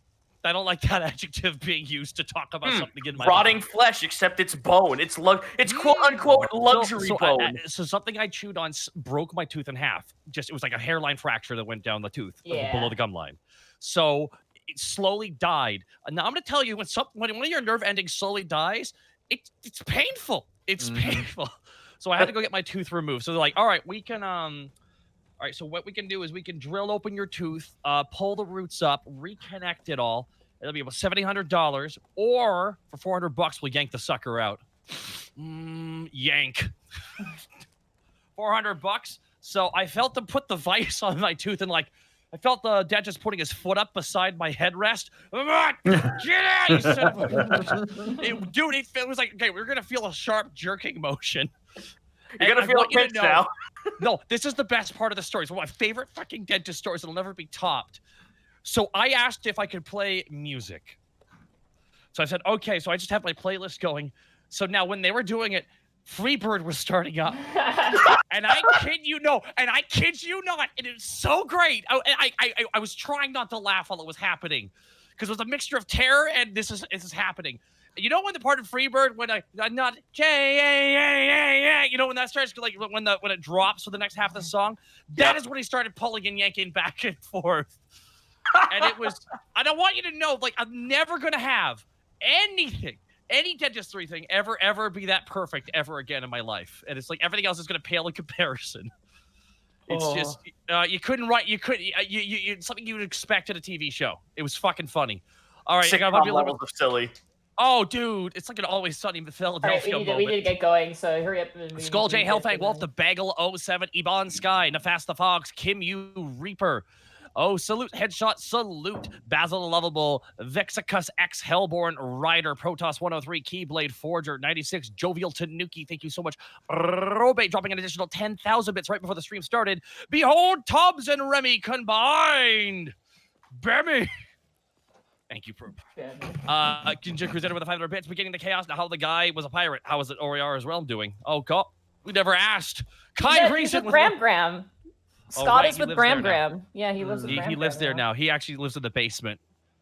Oh, Kai Reason with 1,000 bits. Sorry to be late. I was hoping to returning character soon. I hope it's a good return. P.S. Monty, have you played Dust and Elysian Tale? Because when you introduce... Oh, Prince Division stuff. Sorry, I can't say anything. E. King coming down to 1,000 bits just as it's back down to sprinting bathroom break, and that's where we are going to take a break. My hubris! 400 bit salute. Thank you so much. Blackfoot Ferret with additional 5,000 bits. Gets Bosco and all his characters a healing potion subscription service. Holy crap, dude. RPG HP. Thank you so much. Tom with 1,000 bits. I am almost garbage from dental school. How do we feel when patients feel pain? But sometimes infections stop anesthesia from working. Shit. Blackfoot with 1 leet bits. I took all 4 of my wisdom teeth at once with a wrench. That was fun. And I make things up. Waters DB91. Thank you guys so much for the 500 bits apiece. All right, you guys good to keep going? Yeah. Yeah. All right. Task. Yeah. As you make your way in the dawning sun, you see smoke off in the distance to the north of where you're going. As Winter's Griffin coasts over atop the orc village, you see some of the buildings smashed. The telltale signs of combat, just giant scorch marks in the ground. What do I roll to confirm my suspicions that that's not the work of everyone else, but something a little bit more sinister? I'm going to say perception check. Oh, no. Okay, Winter's going to roll 2. Okay. Winter begins to bring the griffin down to a descent, wanting to get a closer look. Eventually, you guys both come down to a landing.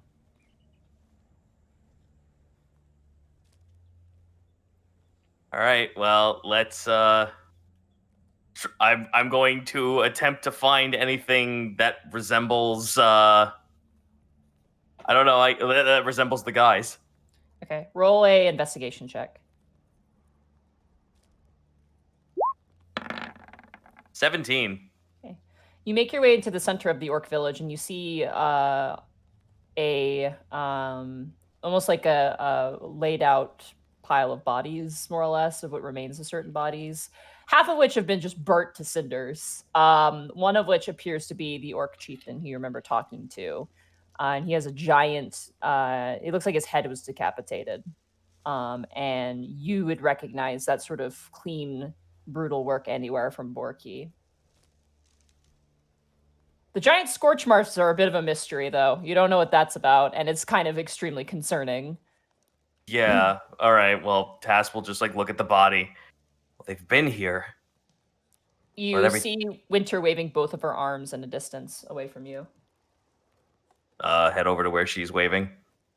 As you make your way forward, you see a footprint in the ground that she points out to you. A large draconic footprint, massive and deep in scale. Task pinches his eyes, just letting out a very low growl. This will be over soon. When his body lays dead on the floor, and the blood pools out of him, and I cut his head off, this will all be over soon. You watch as she does a sharp whistle, and her griffin runs back over, and she immediately remounts. I get back on. We have to go up the mountain. She takes off towards the mountain. Using the flight you use with the pedal copter, because you did do this and you did pass the check, you're able to guide Winter up a specific path that leads to the small opening in the shield, the sky shield that the kobolds have made. There's a small little opening where the pedal copters can come in and out. Right. You manage to coast around and find that hole as Winter begins to guide the griffin that way. Are we in the town now? You guys fly in and you scratch across the ground, crashing into various different pieces of tools and metal as you hear a voice go, "What? How dare you, you thief!" And he kind of charges you as, I believe his name was Ratchet? Yes, old Ratchet. Yeah, old Ratchet. He grabs you and drags you off the griffin and pins you to the ground and stares right out with one big giant eye. Tass just sighs, audibly groans, and pushes the old man off. Ah! You watch as he kind of flips over onto his back. I know what is done. I can tell you where it crashed, but I can tell you this now. It's not in one piece. You crashed it! That aside, you have 2 more. There are bigger concerns now. Son, you watch as 2 other kobolds kind of begin to gather around the commotion now. People in chat are, not chat, but someone on Discord is yelling at me, Old Rusty. Oh, it's Old Rusty. That's right. I had the names. I am so unprepared. I am Dude, so dude, it's sorry. fine. Listen, I believed it. I know who he is. Too many names. Too many kobolds. Too many characters. Huge campaign. Too many kobolds. You make your way. Where are you going? Winter looks perplexed. Like she's like, ooh, like looking at all the different mechanical whirring things, and like as you guys are walking, there's like a cuckoo clock, and she like kind of jumps and terrified as this cuckoo. She's like pulls out a knife on it. Is like terrified. I pat her hand and I lower the knife. It's fine. It's fine. She kind of snorts and puts the knife away, looking at the clock as it sucks back into the clock. There will be plenty of time for me to bring you up to speed. Right now, I have to find someone. I'm looking for what's her face? Oh God. I remember this one, Gadget. Gadget, yes, I'm looking for Gadget. As you kind of walk through, people kind of turn towards you, and eventually you find Gizmo, her twin brother, who is currently like digging through screws. It goes, no, that's an L screw. I need a 7 screw. A 7 screw, I said. 7! Can you count? And you watch as like a little kobold goes running through and grabs. That is an 8! I need a 7! Gizmo. Oh! Your friends left. Yes, I'm aware they left. Did none of you see a horde of dragons flying around the base of the mountain? We don't really look down the base of the mountain, really. In the sky! We did see something flying through the sky. And what was it? Well, it clearly had 2 wings, quadrupedal, and he kind of starts running through the full physiology. Oh, 3 heads. Oh yes, there was one with 3 heads. Tash holds his face. Oh fuck! Where's your sister? She's working on the project. I grab Winter by the hand and I run up to the hangar. Oh no, it's not that way, son. Remember, you crashed it down the ways down the mountain. Tash just holds his face. Fine. You Here, gotta get back. Gizmo throws you a bag. I catch it. Screws, she'll need them. Is there anything else needed to get that machine operational again? You'll have to ask her. I'm on screw duty. Fuck. There's the funny we needed. Task stops, holds up a finger for 2 seconds, and then just shakes his head and then runs back to the griffin. Winter looks perplexed and runs back to the griffin too. You see now as a bunch of kobolds are pointing out wrenches towards the griffin that's just kind of standing there kind of looking around at the different little kobolds as all of them are like, what is this thing? It's made of flesh. Leave it alone. You watch as one kobold goes, oh God, that's worse.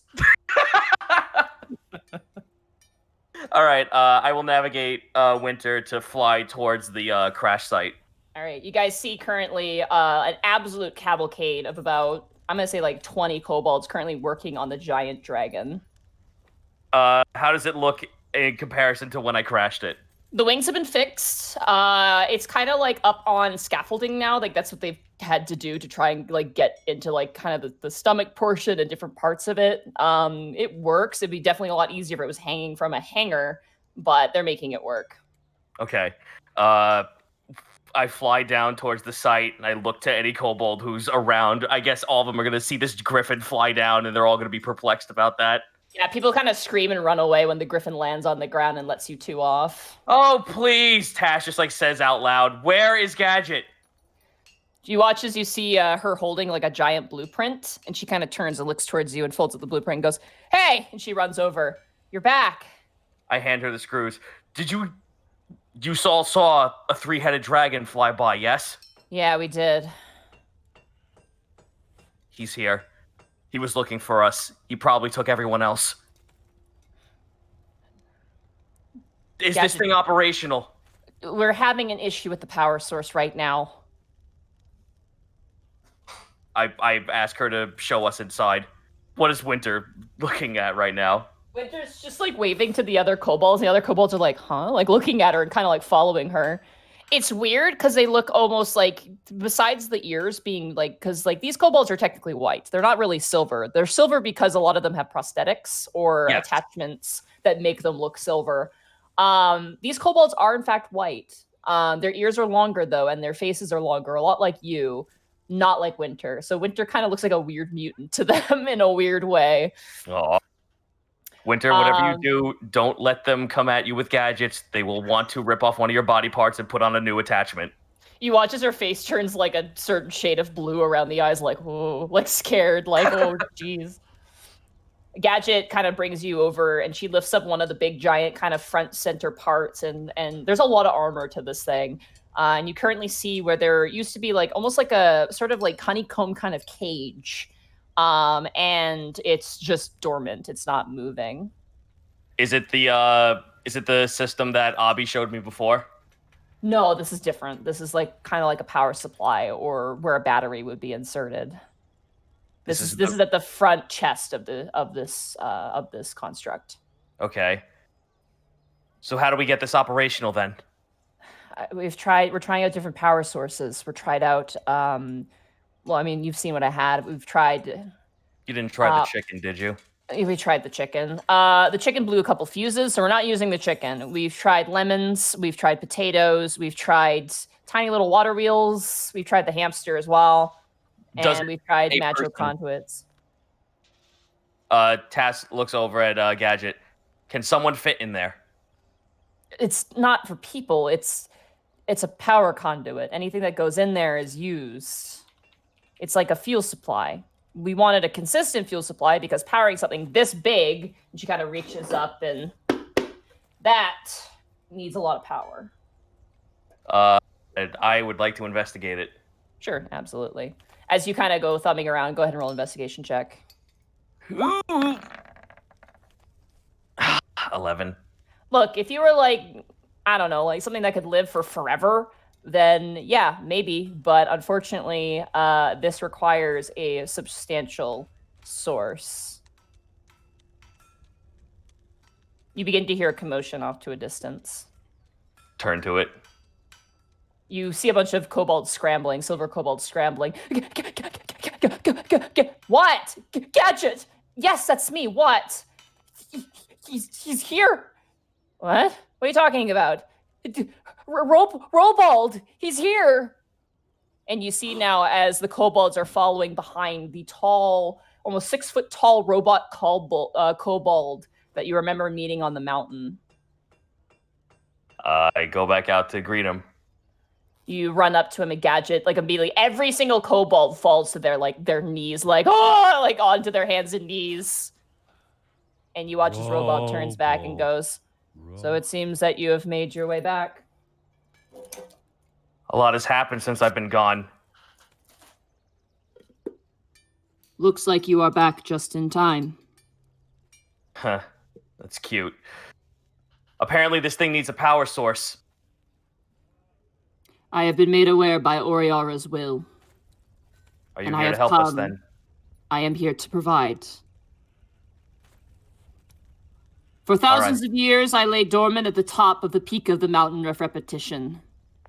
My position now is forfeit. To pay a debt. You watch as Robold turns down to you. By the gift granted by Oriara, the goddess of clockwork and craft, I shall power the beast. But I ask for someone in my stead to guard the mountain peak, a sacred job to protect Oriara's realm. You watch as Robold lifts up his staff, and he holds it to you, Task. Oh, no. If they have not returned to their home realm, or death has not claimed them, destruction not rendered their body to scrap, I ask you, you give this to Abi. For their will and Oriara's works is known and respected. The little guy's brain's gonna explode when he gets this, you know that, and he will willingly accept it. I take the staff. It is a good thing that he does not have a brain like yours. I have a feeling that he will take this task gladly. Gadget, Yes, Your Grace. deconstruct me and use me as the conduit. Quickly. We must sneak in a test flight if we are to ensure that this weapon of Oriara is completed. Get the tools! You watch as she just runs over and starts barking orders, like, fanatically. I grab her by the shoulder and I ask her to just calmly. I calmly ask her, "All right, I know you got a lot on your mind, but point me in the direction where the dragon flew off." I believe it went southward. Off with you then. You're not going out there without this. No, of course not. Even though it's painful to know that I have to wait still. I just pray that they're all still alive. All right, everyone, you heard it. Let's go. Move. Get me those L wrenches. Travis, stop eating sandwiches. Get back to work. Oh. I ask Winter to come with me to the cockpit. Winter walks inside this kind of large, cavernous cockpit. It's now kind of lifeless, given the fact that it's been crashed here. She kind of steps around, taking it in, her eyes and her head lolling around, taking in the certain sights. Is the pod still intact? The pod is still intact, yes. Looks like they fitted a new a windshield. We're going to make this thing operational. It's going to fly. We're going to bring down hellfire upon Darkus and that abomination of a god he's trying to rebuild. Her eyes, like her brow purses, and she kind of looks at you somewhat angrily and nods firmly. I'm going to be the wings as I point to the pod. That will hold me in place. I will keep the metal dragon aloft, though I don't know much of what else that can happen afterwards. I don't think so. You watch as Gizmo kind of climbs up into the cockpit as well. This ain't one person production here, Paolo Reno. You gotta actually have a bunch of people in here. So I think it'd probably be best you take the cockpit and the controls. Maybe your lovely lady friend here. Hello, ma'am. She can take the wings. We can take the back legs, and then you're gonna want someone for how many weapons does this thing have? You watch as another head pops in of Gadget, and she goes, I think it's got 3 weapon attacks. So we'll need someone to man each attack. Do we have people here who actually are willing to join the fight in this?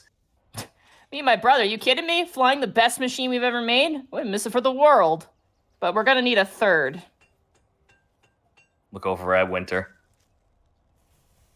Well, we're gonna need a third plus her. Takes 5 people to manage this thing. So your strangely blunt friend, us. This is Winter. It's actually like mid-spring, summer, but... That's her name, genius. Sorry, our bad. Ooh, my bad. What about old Rusty? You know, it's just like they kind of turn to each other. If we wanted anybody to die in battle, they both nod. Yeah, we'll go get old Rusty. That'll not be as good. a meat shield. Can he actually be a competent flyer? Of course, he designed flying machines. How do you think we made the wings on Sure. this thing? We Famous don't need last to. They, words. as they exit the cockpit, they go, "We don't need to tell them there's a seatbelt." No, not at all. They just kind of leave. Oh my god, they're gonna kill him and bring him. Well, the good news about that is that even if you do kill him, I'm sure he'll be so jaded and so angry that he'll just come back in the form of another robot. I don't know if it works that way. I mean, you can just kill him. We do have the technology. You watch as Gadget just rolls around. Thank you for picking up what I was throwing at you. Fuck yes. The two of them descend out of the cockpit and begin to help, or like basically organize everybody else as they put together the rest of it. You watch as they transfer Robald's basically core into this thing as it kind of rises to life. I think we got it, Gadget says as she kind of stands back. All the kobolds kind of clean up around the work area. All right. Well, if this thing is ready to go, I don't know if now is the time or if there needs to be preparations, but we need to move fast. We need to do a test flight at the very least. Very well. Let's go. No time like the present. All right, everyone stand back. Test flight. Get the. You know what? Yeah, just know that you watch just kind of barking orders. There's a guy who's like ready to do like a test flight report. And she goes, "Sure." And she just runs into the cockpit with you guys. All right. Get in the pod, Shinji. Yep.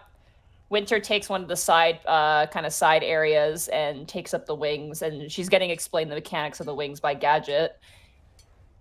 And the rest of the kobolds take their place. Old Rusty just looks bitterly in his seat with his arms crossed.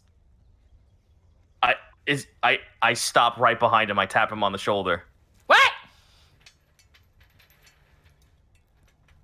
Your disposition is not pleasing, and it's not good for a well-oiled machine. Are you set to fly this? Ha, son! I've been ready to fly since the day I was an egg. That's the attitude I need and I want. Now give me 1 second. I put on my seatbelt. All the other kobolds go, oh, it's kind of good. All right. Task, you step up forward and make your way to the controls, putting both hands on either lever. You take a deep breath in and a deep breath out. The sound of the rushing sands flying past your ears. You begin to feel the machine stir to life. We have movement, Gadget says as she kind of pulls and types on some of the controls. I don't vision the machine anymore. I vision the realm I was with Tarisk the whole time. The wings begin to... The whole machine lurches with momentum as you take off into the air. What do I roll? You roll nothing. I'm going to send you a stat block. Oh, fuck. Shit. Oh, fuck. I got a Grundum. Chat, I got a Grundum. It is slightly tweaked, and it is something that is from a book. And I'm very happy there was something already existing in a book, but I'm going to send it to you. That's so rad. Through Discord or through... Oh, Yeah. there it is. Oh, fuck. Oh, fuck. Oh. Yeah, buddy. Oh, fucking hell. Holy shit. All right. I'm going to try and find some appropriate music here. All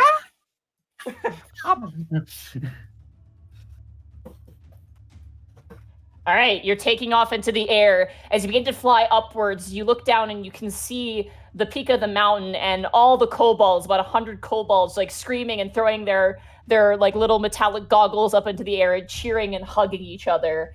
You can see the peak of the mountain of repetition, the door in which you entered to go into Oriara's realm, left vacant now. The heart of Robald now within this machine. All right. We head south to the last known location of the giant dragon. All right. You think you're ready to do this? Gadget calls out. Purely in that direction. We test it first. Okay, let's do it. There's a forest nearby. We can test the weapons there. Very good. All right. So let's head into the woods, find a vacant spot, and do some weapon testing. All right. You manage to go into a nosedive, eventually releasing the wings aloft over this sort of expansive forest canopy. Up ahead, you can see a large rock formation, naturally carved from wind and rain. Monty, I do have a question. Yes. Do I need to worry about ammo consumption for any of these abilities? You don't know. Fuck. Okay, find a vacant spot where there is the least amount of tree space Target one tree, and I would like to use Eldritch Turret. Okay. What? All right, let's see what's all going on. So 1d20 then? Yeah, roll. Go ahead and roll to hit. All right, so it's going to be 1d20 plus 18. Okay. That's going to be 30 something. 32. So go ahead and roll 32, yes. damage. Go ahead and roll damage. Alrighty, and the damage is 4d8 force. Let me roll 4d8. 14. Oh wait, no, 21. All right. Phew, phew, phew! These 4 bolts launch out of the wings and immediately bombard the rock as the entire rock crashes to the ground as you fly through the smoke and twist. The dragon kind of does a quick barrel roll and flies out of the way of the debris as you fly on forward. Ha ha ha! I hit it! Mission successful! That was good! Good weapon fire! Recharging! Alright, cool. Because it says here as a multi-action, I can do 1 slam and then 2 uses of the turrets, followed by a stomp as one action. Yep. Alright, so we have 1 more range attack before we get into close range combat. So, there's a secondary fire. Charge it. Same target. All right. You kind of do like a quick once-over, flipping the wings over. You watch as Winter's in perfect, succinct control with you, as the dragon actually kind of drifts, and these jettison jets actually help you fly back. The ground beneath you, almost like waves of wind, kind of like an ocean beneath you of green as you fly back. Fire the incineration beam. All right. As you fly back, it's a rock. It can't make a dexterity saving throw. So you hit. Go ahead and roll your damage. I'm not going to say what it is until I roll it in chat. Fair enough. All right, so it really has to think about it. 11d10. Okay. 58 points of damage. You fly back. This yellow and red fiery beam strikes out, and for a moment, there's like a moment of pause, and then a massive explosion as the rock is just blown to smithereens, and the trees around it are just knocked backwards into a large crater. Gizmo, Gadget yells out, "That's a direct hit!" All right. Initiate close combat. I want to see if this thing can actually sustain itself in a punch. I'm going to stomp on the same location. All right, you're going to stomp on what remains, the crater that remains? Yep. All right, go ahead. You hear as old Rusty goes, "All right, let's do this shit!" I want to at least go through every one attack before this shit happens. So let's see. Stomps, it's one of its feet at a point on the ground within 20 feet of it. Any creature within a 20-foot radius must succeed a DC 26 saving throw or take straight up. Oh, wait, no, that's just the straight damage. So this is 60-10 and falls prone. All right, go ahead. Yep. 39. Just dust. There's nothing left. As you crash into the ground, the claws strike and swipe and bash into the ground. The ground shakes and cracks. You see off in the far distance a small kind of crooked mountain as a bit of rubble tumbles from the mountain. How's the integrity of the construction? Yeah, it's fine, it's fine! You all ready for this fight? All right, you got one more, Captain. Gadget calls out. Okay. I pick up I guess I'm gonna fucking, like, have the machine pick up a tree and then use my slam attack on it. All right. Okay. Go ahead and roll the hit and just roll the damage. You're gonna hit automatically. Yeah, I figured as much. Roll 3d12 plus 10. Oh shit, I roll 3d10. Let's pretend that it's 3d12. Yeah, you manage to you bring up the tree and just snap it in half. And you watch as Winter leans back from her chair and just gives you a nod.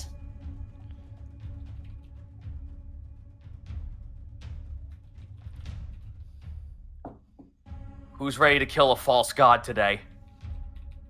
They all begin to cheer, except for Winter, who can't. You hear as Gizmo goes, maybe tomorrow, and you watch he's punched in the shoulder by his sister. Oh yeah, today's good. Today's great. I take off in flight. I look towards the direction where the three-headed dragon once was, and I fly towards it. Okay. Meanwhile,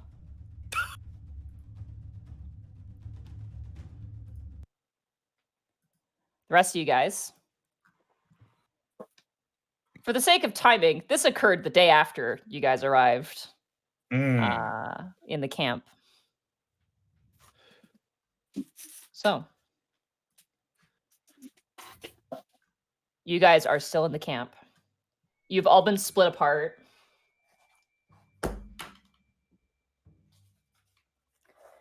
Borky, you are part of assembling walls, lifting heavy, dark stones in grueling lines. Do I know any? Have I noticed anybody I know from there? Not really, no. There are people you kind of like, you don't really know their names, but you've seen them around.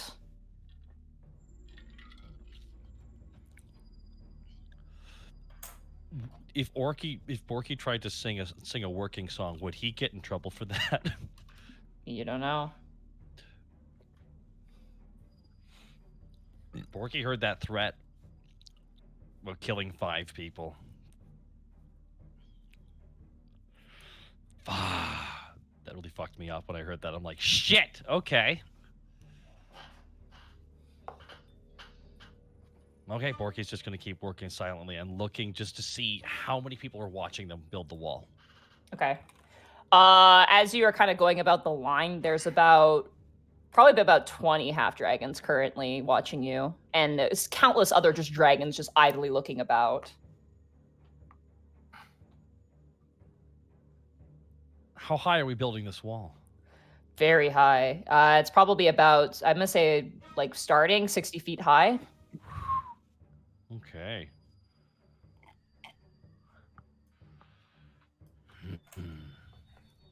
So Borky's just been building the wall.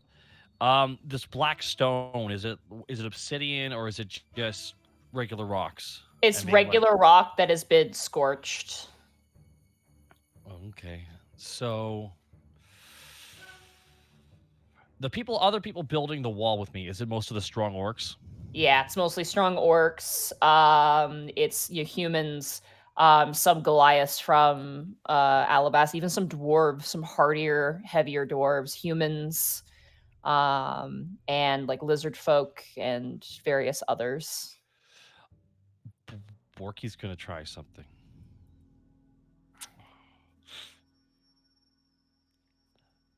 Borky's gonna try and work even faster and harder. Okay. And make it a competition to see who can work the fastest. Okay. A lot of these people, unlike you, have been here for a while and are very, like, they clearly are not eating well. And look, they're muscular, but they're not full energy as you proceed to work. Additionally, you are in an assembly line. You are all chained together, working in tandem. So there's no rushing ahead of anybody in this situation. Okay. Really feel powerless in this moment, so I think I'm just going to keep... Borky's just going to keep working. Okay.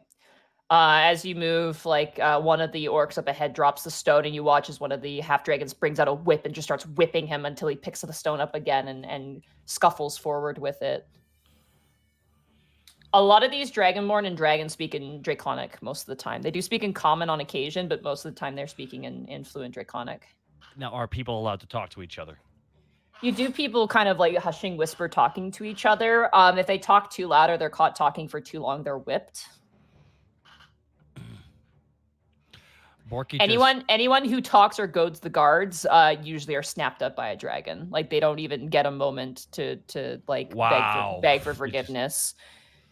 Yeah, If you they- notice if they- like one of the orcs from the Blood Axe clan, when they get whipped, tries to like charge the line and retaliate, and you just watch as a red dragon just comes down like a vulture and just snaps him up, and he's just gone. And the chains are gone, and they just come and relink the chains and just pretend nothing happened as you guys proceed forward. So are there like dragons in these workyards, Yeah, like they're walking just- alongside everybody? They're just sitting on top of buildings and watching and just waiting. Like they're honestly waiting for you guys to step out of line to have an excuse to eat something, delicious. I wish a motherfucker would. Man, this is really efficient. Okay. Panic. That's me. You are on your hands and knees. I bet. Shut up. Just listen. It's just like I'm gonna set up this T-ball shot. Now, Connor. You don't walked you into eat that this one. pie. Don't You walked eat into that one. Now, Connor. I'm Okay, so I'm on my Despite all hands my- and knees. despite all son of a bitch. No, keep going. Keep going. This was like screw duty. I didn't get the joke for screw duty, and then I realized it like 10 minutes afterwards. I was like, oh, god damn it. Oh, typical me. Archer phrasing. Anyway, Not doing you are on your hands and knees with a big brush made of human hair, Oh, with a bucket of blood next to you, applying It's this not even- blood. It's not even horsehair. Nope, they don't have horses here. They have other things here, and they're utilizing them. Ugh. You are painting more of those lines on the ground with other people, mostly human women and children. You are being told where to paint. You have like quite a few dragons, mostly like robed half dragons, dragonborn and kobolds wearing mage-like robes, pointing out specific points to paint. And if someone paints out of the line, you have to like scrape it away. And if you don't paint exactly where they want, they get more blood for those buckets. So this is like a ritual circle then. You assume so at this point. With the fact that they're being so meticulous and specific, then yes, this is definitely a grand scale ritual sigil.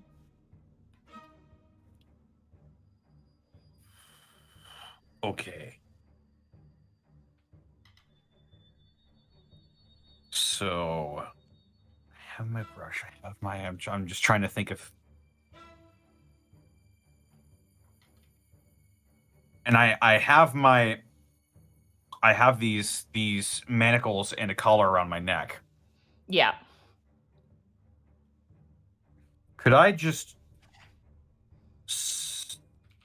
see what happens? I'll cast thaumaturgy to try and turn my eyes green or something. You flex your hand to try and cast a spell and nothing happens. It's a vocal. Oh, okay, so it doesn't hurt me or anything. No, you're not hurt. But there's nothing. Like you're like, but there's just kind of keep flexing your hand and nothing's happening. Should I roll an Arcana check to see what sort of spell they might be trying to use with all this blood? Sure. Roll an Arcana check. Here I go. 8. 8. It's you have no idea. I mean, you could assume, conjuring, you could assume transmutation, but the scale of it is first of all, these runes are not like, these are draconic runes. These are not like anything you've ever experienced before. So, you don't know. But that is where you are. You are painting on the floor. Your knees get calloused and hard, and you are barked at constantly. Greckles, Mm-hmm. I hope you like peeling potatoes. Oh, me with blades? Oh, fantastic. You are currently using a stone, or a rough stone, to shave potatoes off, and you are being watched like a hawk. You are part of the food line right now, moving and peeling sacks of potatoes. cutting them up and handing them off to the next person down the assembly line. Do I see a certain someone in this assembly line? You do. You see Welch. Without saying a word, I just look over at him, and I'm just trying. If can I insight him to try and get some sort of vibe of his Okay. state and such? Sure, go ahead. 20. Welch has never been one to shy away from a insane or intense situation. You've known the man to be a man of adventure and very crazy scenarios. He definitely seems more concerned about the people around him over himself. That's always been the Right. kind of character he has been. In terms of his current situation, he's just keeping calm. He does seem perturbed by you being there, though. Like, not in the sense like, oh god, Greckles. It's like, oh god, why Yeah. is Greckles here? Like, what happened? All right, so since we both have criminal backgrounds, is it possible that thieves can't nonverbal communication? Yeah, you can try to. While peeling, once he has his eyes on me, I raise a single eyebrow and a very small smile. Hold up, just for a moment, hold up the stone dagger, tap it, and then go right back to work. I'm trying to convey that we're caught, but we're not without resources, and it's not over yet. You watch as he's starting through the potatoes, picking out the ones that are bad and the ones that are good. And you watch as he kind of goes through, and at one point he kind of like drops a potato off the ground, and then like marks something in the mud and lifts the potato off the ground. You see a thieves' camp mark that basically says like, biding our time, jailbreak, only couple. Only couple? Only couple. So only a couple are trying to jailbreak, essentially. Okay. Yeah. He'll nod at that. Two things that I very badly wanted to do while I'm in this line. I'm curious if there is anything. Now, I understand a lot of things are on fire, but I'm really curious what's flammable in anywhere from when we came in to where I currently am. I'm talking wood, hay, anything that could be flammable, just so I know. Anything that would have been flammable has been burned, probably in the Gotcha. initial onslaught. Unfortunately, there are wooden houses, but it would take a great effort to catch them on fire. Gotcha. It is a great idea, but unfortunately, the dragons beat you to it. Oh, no, that's what I figured. But I mean, this is what he does. Urbane info. Second thing, he is listening so hard for Darkus's name. And just anything in common that he can hear. He's trying to hear what everyone else has to say about Darkus. Okay. Just anything. Roll a perception check for me. 22. You do notice that there's a couple of Dragonborn that do point you out and kind of talk about you, but you don't speak Draconic, do you? Mhm. No. Yeah, unfortunately, they're speaking in Draconic, but they do point you out and do talk about you specifically that you notice. But beyond that, the only people who are speaking common are the people in this line who are just like, I need 5 potatoes, or can you cut this piece for me? Thank you. Like, kind of just like quick back and forths. Mhm. Remy, you are working the blacksmith bellows with 3 other people. These giant, massive bellows. You have to rear them up and force them down to blow air over the coals.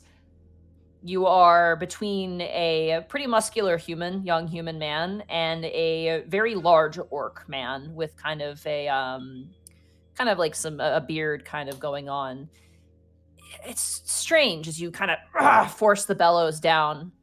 You can't help but recognize this orc for some reason, and you don't know why. Can I roll a perception check on him? Sure, yeah, roll a perception check on him. 14. 14. You've seen him before. You know you've seen him before, but you haven't met him before.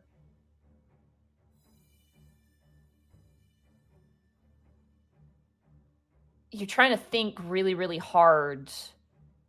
And then you remember Vlad from the Mercs. No. And you remember the locket around his neck and the picture of the orc in the locket.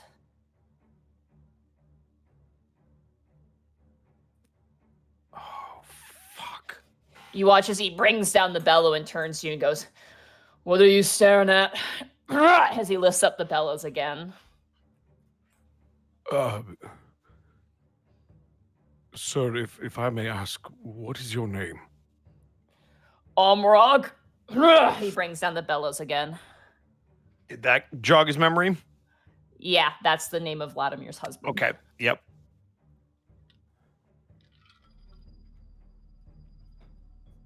By God, you're alive. What? He kind of brings up the bellows. They bring them all down again. Remy's gonna look around. Is there anybody else around? There is currently a black half dragon that's kind of walking back and forth, pacing and just watching the production line close to you guys. But he just seems to be overall just looking at generally everything. He doesn't seem to be hearing us talking, does he? No, there are people talking, like the blacksmiths are talking to each other, but no one's just like, "Hey, let's escape." Like that would very clearly lead to death. But you know, they are casually talking about stuff. The dragons don't seem to fucking care though. They feel like they have complete control. I don't know you. I know your husband. You watch as he hitches a bit and looks towards you, and the human goes, "Hey!" And they're like, "Oh," he kind of brings down the bellow. "Vlad, is he okay?" He brings up the bellows. Yeah, he's all right. I've worked with him. He's looking for you. You see a variety of emotions going through his eyes as he kind of looks back down to the bellows. I told him I would keep an eye out for you. I didn't think you would be here. The gods of fate seem to be favorable. As he lifts up the bellows again. Assuming we can get out of here. Yes. Agasasala! You hear a yelling noise as you watch the black dragon come over with a whip and snap it towards you. It does 1 point of damage to you as it strikes across your back. Keep your mouth shut.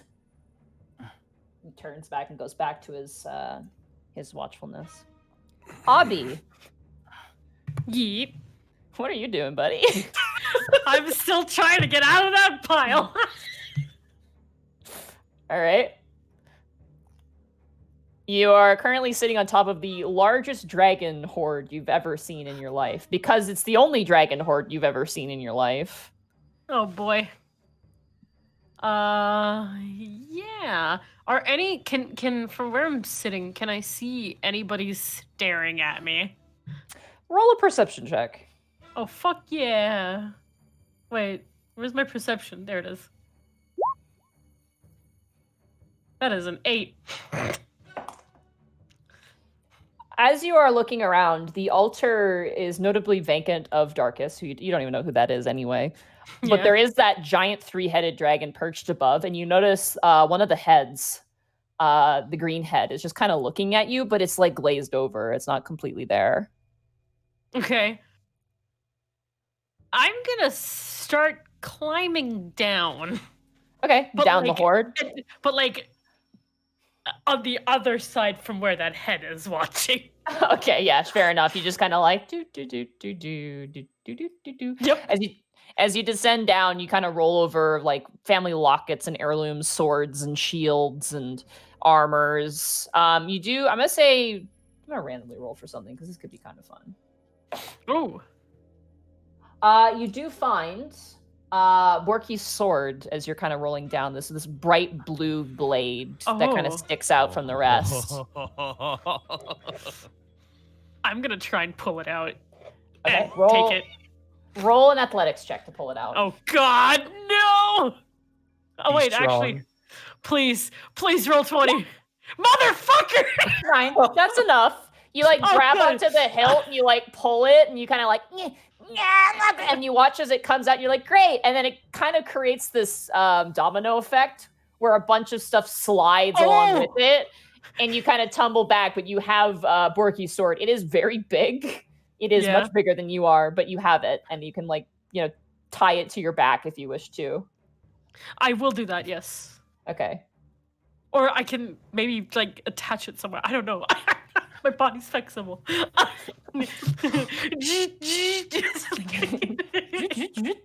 Rivet it on. I Yep. can't believe Obby just became Cloud Strife. Oh, thank you, Bosco. Da-da-da-da-da-da. It's actually magnetic, so like, whoop. Exactly. It just goes like, clink. And he's gonna look around on how the hell to get out of here. Around this giant horde, there is a patrol of half dragons. It's a little more scarce around here. You count about probably 10, but they're all very spread apart, walking around the centermost point of this horde. And there's one guard positioned right at the stairs, which you've avoided. You've gone the opposite way Okay. as you've slid down.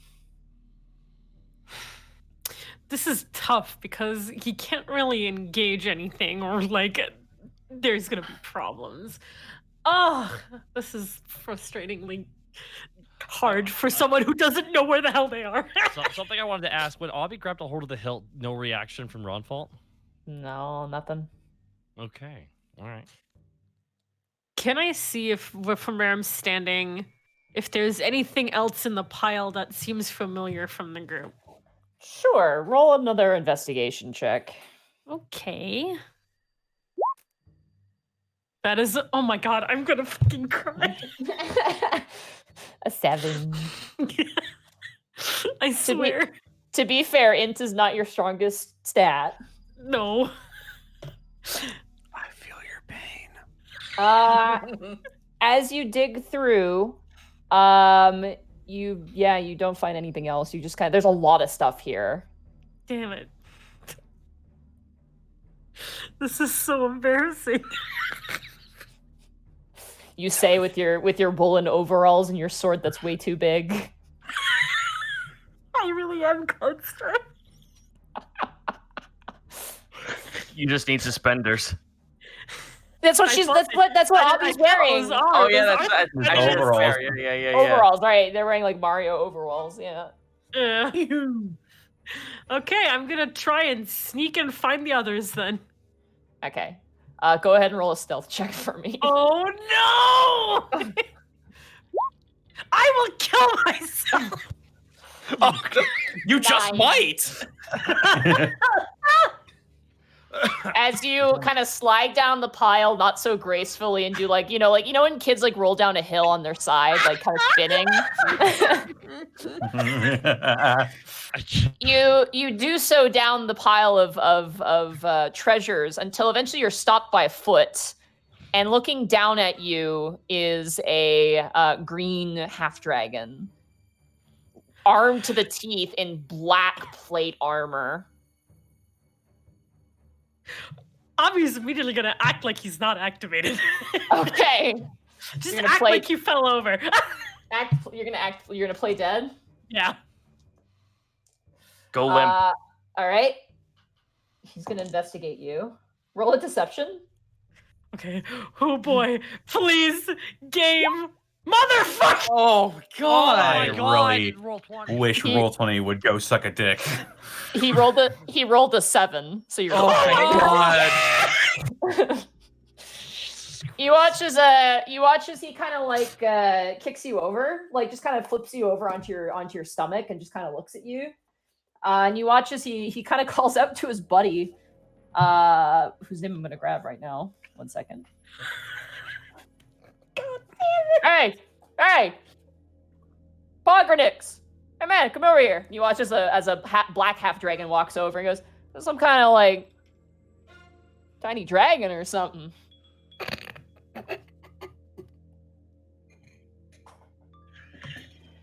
Yeah, that's really neat, Quest, but I need to get back to my rotation. Yeah, but like, look at it. He kind of picks you up and holds you up. It's got like pants on. It was probably like a kid's toy or something. It's the size of a kid, man. Who would buy this, Quest? But who would buy this for their kid? I don't know. Humans are weird. Let's just put it back. It's creeping me out, okay? Why is it creeping you out? It's like glowing. Oh, They open up your mouth and look inside. Oh shit! Look at that. Hey, Quespa. Yes. Let's put something inside of it. Like, here. Look. You watch as one of them pulls out an arrow. It's just tosses it. Goes, just put it inside, and they slot it into your mouth, and it just foof, and they both go whoa, and they like set you down. Quick, grab some more flammable stuff. Hey, I am not happy about this. Hey, is it possible for me to cast banishment? Sure. As the other Oh my fucking god. As the other half dragon runs off to find like rocks and shit to put in your mouth, the green dragon who initially found you, you cast banishment on him. Oh yeah. All right. Can you click banishment for me real fast? Of course. Oh my god. Wait, did I not click it? Hold on. Wait. Yeah. There you go. Okay. So you attempt to summon one creature that you can see within range to another plane of existence. The target must succeed on a charisma saving throw or be banished. If the target is native to the plane of existence you're on, you banish the target to a harmless demi-plane. While there, the target is incapacitated. And if they're from the place, they go back and all that jazz. Okay, so this is a charisma saving throw. Let me double check their stats here, because I was just folding things around here. That's not what I want. I want this stat page, thank you. Oh god. Okay, I'm gonna roll. What? What is it? Not exactly very charismatic. Uh-oh. That is going to be a 12. What do I have to use my spell save DC? So it's your spell save DC on your sheet, it should say. It's a 15. Oh my god. Just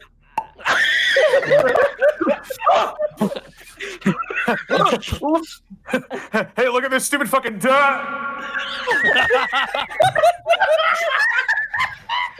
So he's gone. He disappears into a different realm. You are standing there with your pants on by yourself. Where are you running to? Because the other guy is like currently rifling through a barrel and is not aware that his buddy is completely gone from this realm.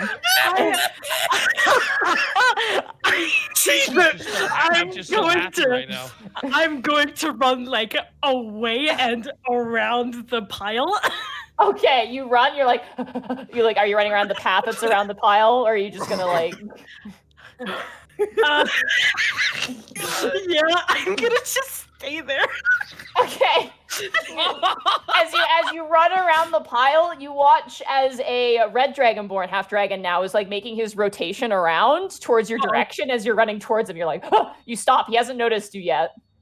I'm gonna try and dive into the pile. Oh my god. You jump into the pile and the sound echoes across, and the red half dragon is like, huh? And kind of runs over towards the movement in the pile with his sword out and then moves towards it.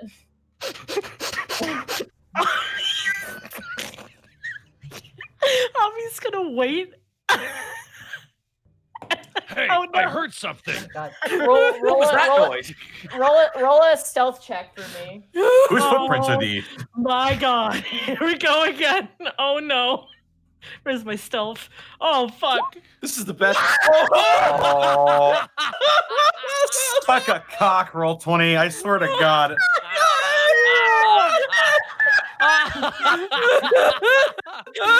Everything is going wrong for me now. That's an out one for everybody on the podcast. Which is a 0.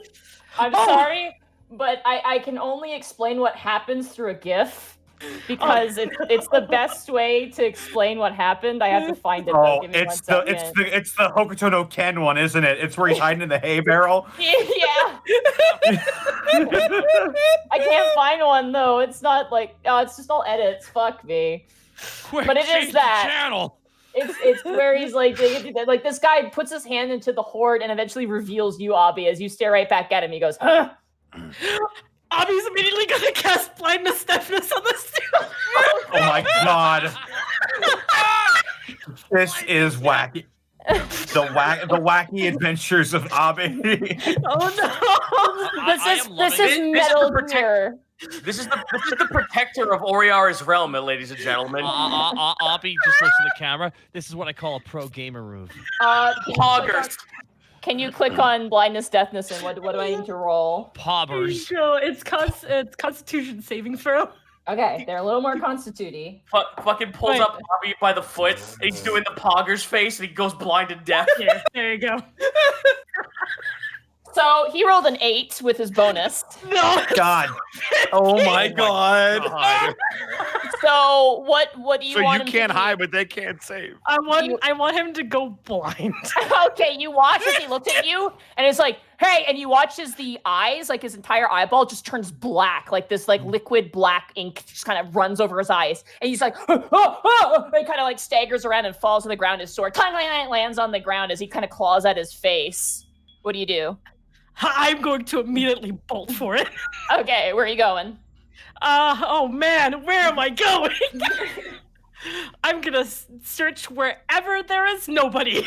All right, you run across the path and eventually like leap into a house where the window's been busted open and kind of hide inside of the house. You kind of put your back up against the wall and look out as you watch like a dragon kind of lumber by and scream at these half dragons. Go, what are you doing? Get up on your feet! He kind of snarls at them. You watch as the one dragon, the half dragon you banned, is just like, Captain, I just had an out of body experience. I turned into a cow. Can I be excused? You're excused. Get back to work! He snarls, and they all kind of scatter and go back to their positions, leaving you inside the house safe. Ooh boy. I live here now. Yeah, is there anywhere I can hide it? Abby, you need to save right now. You need to save your spot here. Yeah. Yeah, you hide underneath a table inside. The quick save button is F11. He's gonna dim himself really down so the flame inside of him is like really tiny. Okay. Yeah, you dim down, you hide underneath, you grab like a tablecloth and like wrap it around yourself. As you sit there. The rest of you guys, as the dawn comes, you are actually brought off of your duties and taken to barracks and lodgings. It is cramped, it is uncomfortable, and you are all sleeping together, still all chained together in beds. You're chained to the bed? You're chained to each other in the beds, essentially. We are of us. Yeah. Yeah. You guys are all separated. None of you are within the same barracks because you're all parts of That's what different I was functions. Yeah. You guys do get a meal courtesy of Greckles and others. Wait, does that mean that me and Remy are chained together as well? Was the order we were before? No, you guys were separated into jobs. So Okay. you are chained with the people who you do your work with. So you're Panic, you're with all the people who are painting all day. And Remy, you're with Vlad's husband and everybody else who was working the bellows and who was working as a blacksmith. Borky, you're with all the heavy boys, and it stinks, by the way, in your barracks. Everyone smells like Monty? smet. Yep. Were we building swords and shields and stuff? Armor, weapons, fortifications. Remy's brother is a blacksmith. Would Remy have been able to make minor flaws in everything he builds? Not when you're working the bellows, no. Okay. Yeah, you're just keeping the coals going. So unfortunately, Okay, so we're not actually forging the weapons. No, that's the blacksmith. Okay. The blacksmiths were doing that. Got it. Okay. They were the ones. They were the people that these half dragons were watching very meticulously for that exact reason. Fair enough. You guys all during the day fall asleep. It is an awful sleep, but you have a sleep nonetheless. You guys regain all your hit points Oh, thank God. and your And spell spells. slots, but it doesn't really matter because you can't really use them. You've all discovered this Could at I- this point. Could I perhaps, for all the people in my barracks, could I perhaps do Song of Rest for them? Is that a magical effect? Because that will not work. It doesn't really specify. I think it's just a bardic thing. Okay. If You- it has like You're gonna have to ham bone it, dude. I can sing or like hum. does it do any healing or add any bonuses or say it's a charming effect? What it does is it allows them to add more to their hit die when they roll it. Okay. I'll say it aids in their natural healing. I would say then I will allow it. Okay. If it was like, they would heal or they'd something like that, I would say No, no. it is not a magical healing ability. I can't do it. You hum a song and you inspire people. You ease their hearts. Like there's like a woman and a child kind of sobbing in the corner, but you manage to alleviate them and they actually like calm down. And you allow them to go to sleep. Where am I in relation to Welch? You guys are right next to each other. Oh boy. Before I get into my shtick, did anyone want to do anything else?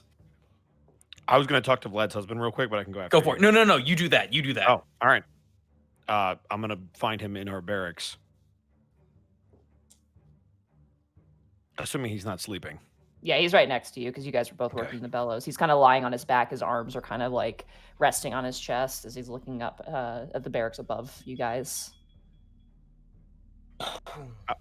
Alavast. When you get out of here, that's where you need to go. I know, that's where I'm from. Oh. All right, well, I just wanted to make sure. Could you do me a favor when you see him again?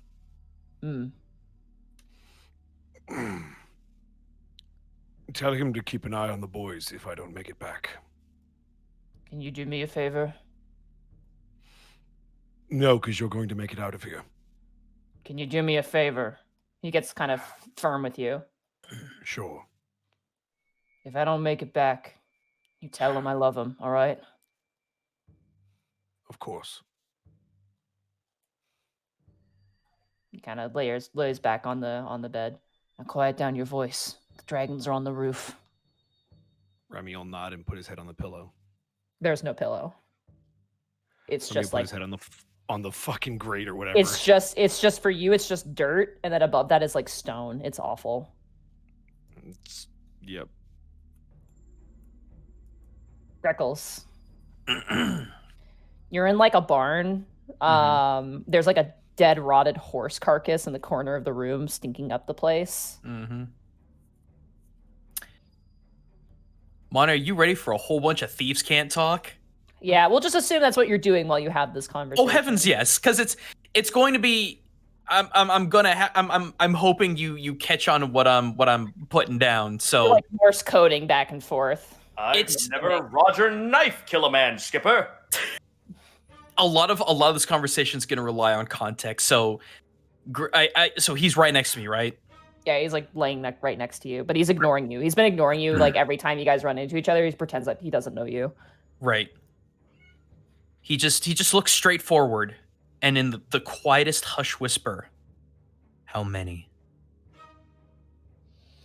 Too many to count. And they have reinforcements coming and going every day.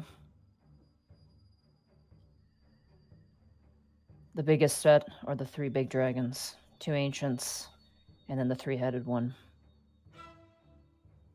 The little ones are fearsome in their numbers. I mean, they're flying around like crazy. I can't get a proper count of them. How many for the other thing? At least 100 half-dragons. And probably around 200 kobolds. And Above another 100 dragonborn. Above game, he's trying to ask how many people were in on the jailbreak. Oh. Okay. Sorry. I mean, you have to specify. Like, that's fine. You can specify. I mean, that's I mean, I'm trying to can't, so he can pick up on it, but other people cannot. Welch kind of turns and goes, about 50 people. Resources. None. Ideas. It's a pipe dream, Greckles. He just he smirks at that, and just a single one of his eyes just turns to just look at Welch. Really? Really? We tried once before. We lost 15. And they weren't even involved. We bide time. There's more. There's more. There's more than you know. I'm sure. He kind of rolls over and goes to sleep.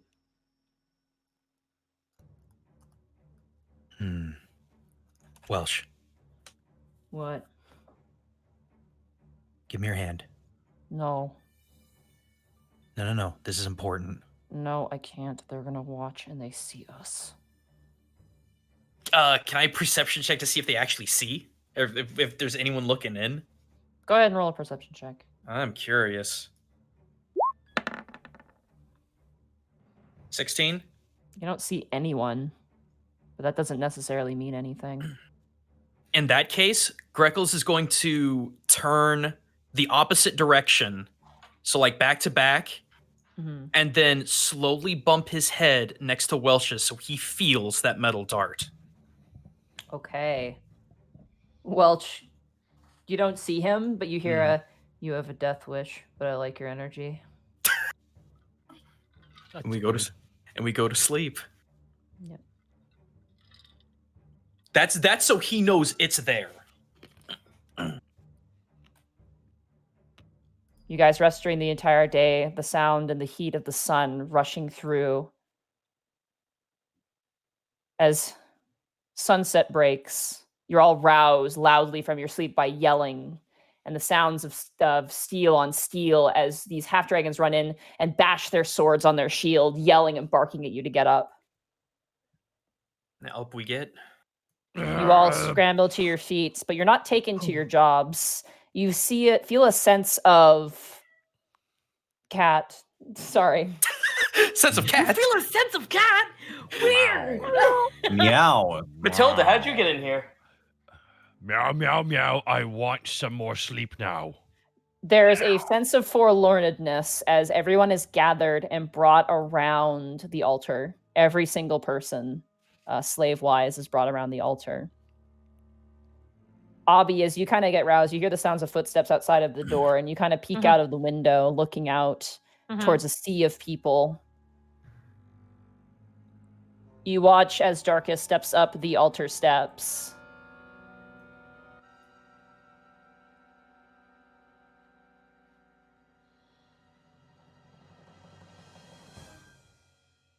This is really dramatic, this music. Yeah. It's perfect. I want to ask, is that like everyone there or only just- like... He's got like a band behind him. Just Right. A big band. It's been an honor playing with you, gentlemen. Monty, Mm-hmm. if I look out of the window, do I see like everyone, like also the guards and stuff there, or is it only... The inner circle is all mostly the slaves, all kind of strung around. Yeah. Behind all of them are just tons of guards. Okay. If I were to leave, You would be caught. You'd be caught Never mind immediately. then. Yeah, you Never are like mind. surrounded.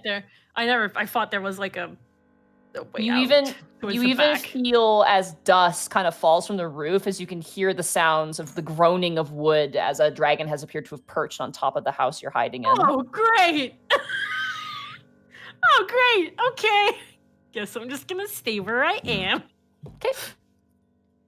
You watch as Darkus walks up to the altar and calls out in Draconic. Does anybody speak Draconic? Wait. Wait. Hold on. Do I? You might. You're constructed by kobolds. I Maybe. do! would make- Yeah! All right. So you understand this as Darkus calls out to the crowd and goes, "Brothers and sisters whose fate decreed by humbled punishment, another day has dawned, and a night has beckoned following. Can you not feel the surge running through your blood?" And you begin to hear, as all you guys are standing there, you have no idea what he's saying. It sounds like nonsense. But you watch as all the dragons begin to roar and the half-dragons kind of raise up their weapons and cheer. And immediately panic, like a woman next to you just bursts into tears. And Remy, as you stand there, you see Vlad's husband, Omrog, kind of sweat in place and shift awkwardly in his feet. "As it is now, the wonderful Instruct looks down upon us." And he turns and raises both hands to the three-headed dragon perched atop the altar. Very soon we shall be all under his wing, and the metallic dragons that have cursed us so shall be reduced to slaves and dust, as our beautiful past once decreed. But Innsdrocksville is not so consistent. And as every day has dawned, we shall pick 5 for each head to satiate him.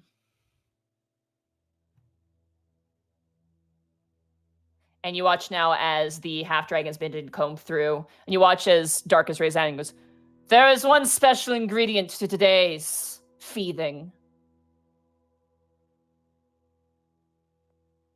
And he looks down and catches your eyes in the audience. Borky, Greckles, Remy, and Panic. Everybody roll a d20 for me. Oh boy. Oh, boy. Not me, yes. Not you. No, not Okay. you or Avi. Wait, 13. what? God, I hope it's me. 10. Also 10. Wait, I'm not supposed to roll? Yes. 7. No, you're not supposed to roll. Okay. Okay. You watch as Darkus scans the audience and his eyes land on you, Borky. And you feel your blood run cold. Zork, he points, and you watch as one of the Dragonborn half-dragons grabs you and shoves you forward, going up the steps. You watch as the crowd begins to scream as 4 other individuals are taken. I immediately fight back against the guy. Okay, roll a... I hit him in the head with... I grab him, and I try to... You can't grab him. Your hands are manacled, so you cannot grab this guy. Roll athletics with disadvantage. Alrighty. 16. Okay. Oh, they have a bonus to that. That's perfect. That's gonna be an 18. You kind of like try and get out of their grasp, but they're strong. These are fully armored, well-armed individuals. As you are shoved up the stairs, you watch as a woman from your faction, Panic, is grabbed and dragged up the stairs as well, and she starts screaming. You watch as Omrog is grabbed from you, Remy, and is shoved forwards. Can I do something real quick? Yeah, are we allowed to act? I wanted to say, oh shit. Okay, we're all of us trying to get out the door at the same time. Okay. Yeah, I want to add, Monty, it's up to you if we can do anything. I mean, there's not really much you can do. You guys are manacled, and like, there's a lot of guards around. There might be can something speak, I though, can do. Can Borky wants to say something as he's being dragged up there and yell to everybody. Am I allowed to? Well, let's wait and see what everybody else is doing before we get All you right, up go the ahead. stairs. You go first, Connor, and then I'll go, and then Borky. Can I try to talk to Ith? Yeah, you can. Ith, are you there? Lost, lost, lost, lost. Lost? You mean you can't hear me? Is it because of the manacles? Call, lost, hold.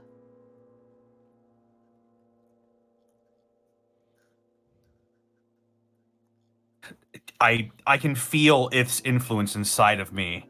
You can, yes. Right? The manacles don't seem to stop that. I'll bide my time for the moment. Okay. Remy, you watch as 2 half-dragons come over and grab Omrog by the shoulders and shove him forward, breaking him from the line. I'm going to scream up at Darkus, up at the top of the thing. And Remy's going to call out.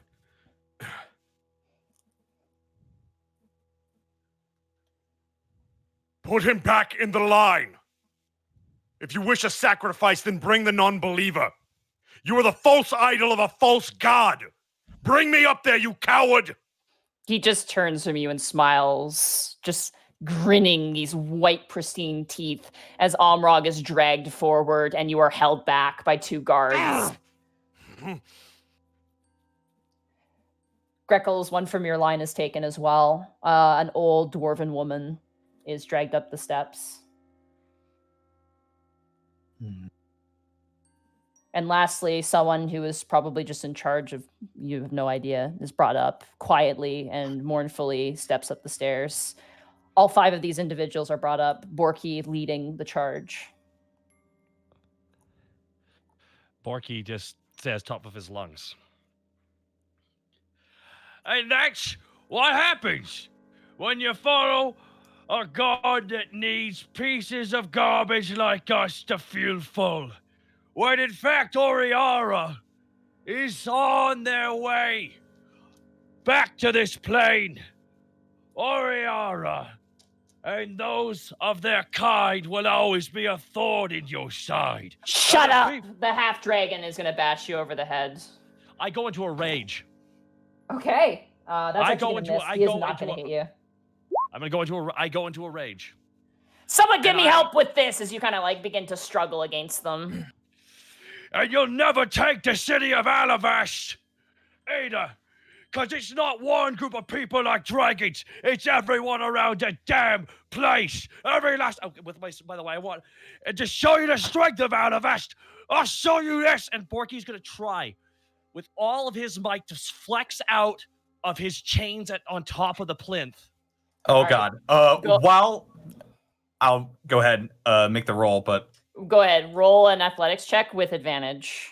while Borky is making this huge ruckus in this 19. huge scene, how far away from this? I'm assuming there's like a stage for this Yeah, sick show. it's a How fair far way. away are we? I'm gonna say probably that's about 30 feet away from the plinth. Could I Bork, try as to you- slowly move closer? As you flex and try and get out, unfortunately, the it's a 20 saving throw. You're just one under. So... Pull, and you watch now as 2 half-dragons now grab you and pull a cloth over your mouth and gag you and shove you forward and latch you to a placement in front of the 3-headed dragon. While he was making that scene, could I try to slowly creep closer towards the stage? As you begin to move closer, the 2 other people on either side of you are kind of like, oh, as you kind of pull them forward with you. And they look up to you kind of perplexed. I look at them like, trust me. Roll a persuasion check. 19. They both nod. These 2 women both nod to you. They're older. They're like maybe in their 40s. I'm gonna slowly move up closer towards the stage. Borky, as you and- stand there, like with your mouth covered, 2 of the individuals have accepted their fate. Their heads are a little down, and you watch as Darkus slowly pulls out the 2 kopishes. While this is happening, can Abi just in his state that he's sitting there just go like, Oriara, we need you. Please contact me. Oriara, please. Abi. Your Boltiness? It is time for the world to see my wonders. You all hear a roar over the sky. with that, I want Abi to come out of the house and just stand there. As you hear a sound roar over the sky as heads turn to the north. Task, what do you say? The mouth opens up. In Draconic, out comes Task's voice screaming out, Darkus, your greatest mistake has come! And that is where we're going to end the session for tonight. Oh, boy. Oh, man. Oh, that was a great finish, John. I'm going to break these cuffs. Ah, damn it. Dude, Curdy would have been so good. I was like, oh my god, you could like start fighting people, but then I was like, fuck, you're one under. It's a I tried my best. I tried my best. It's really funny because as Abi, I was panicking and I was like, what the fuck do I do? I was so ready to summon a Discord devil right there. Monty, I was I was also ready to make Abby come out and like speak up to literally everyone. I was so ready to get that dart out and start shuffling and just go right for the I mean, throat. Fuck you guys this are guy. still manacled. You guys are all still manacled. You're still not like you don't have your gear or anything. So next session's gonna be fucking interesting. Yes, Oh, well, all I right. Yeah. Choke out someone with the foot Hey, manacles. Monty, scroll down a little bit Scroll down a little bit. Where? on Hopefully- the board. Oh yeah. I forgot. I'm gonna have to Has there delete been, some like- of these. Just a heads up. Guys. Oh, Also, bye, Austin. Bye, Austin. Bye, Hi, Austin. Austin. Bye, Austin. Man, I was scared Hopefully I was next gonna be- week Roll 20 won't fuck us over like it. I mean, I had fun. Roll 20 is dream scenario would have been breaking those cuffs, and then Tash just flies up behind.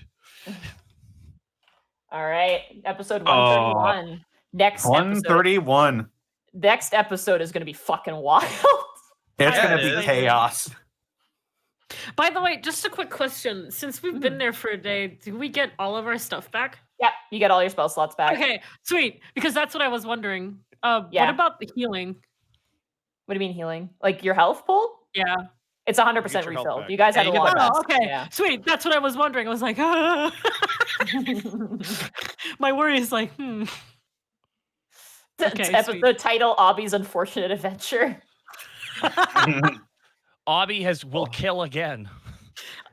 I'm just glad that my fucking banishment worked. That was I want you to fucking know funny. that was one You of know the what? funniest moments of this entire campaign. I mean You know what? that, The, honestly. I looked at what their I think it was the charisma saving throw, right? It was charisma. Yeah. I looked at it. They had a +0. I'm like, oh, they're fucked. I'm like, you're like they have to roll above like a 15 essentially because that's what you're. Yeah. I'm like they have Yeah. to roll above a 15, and I'm like that's I'm like glad it worked. ridiculous.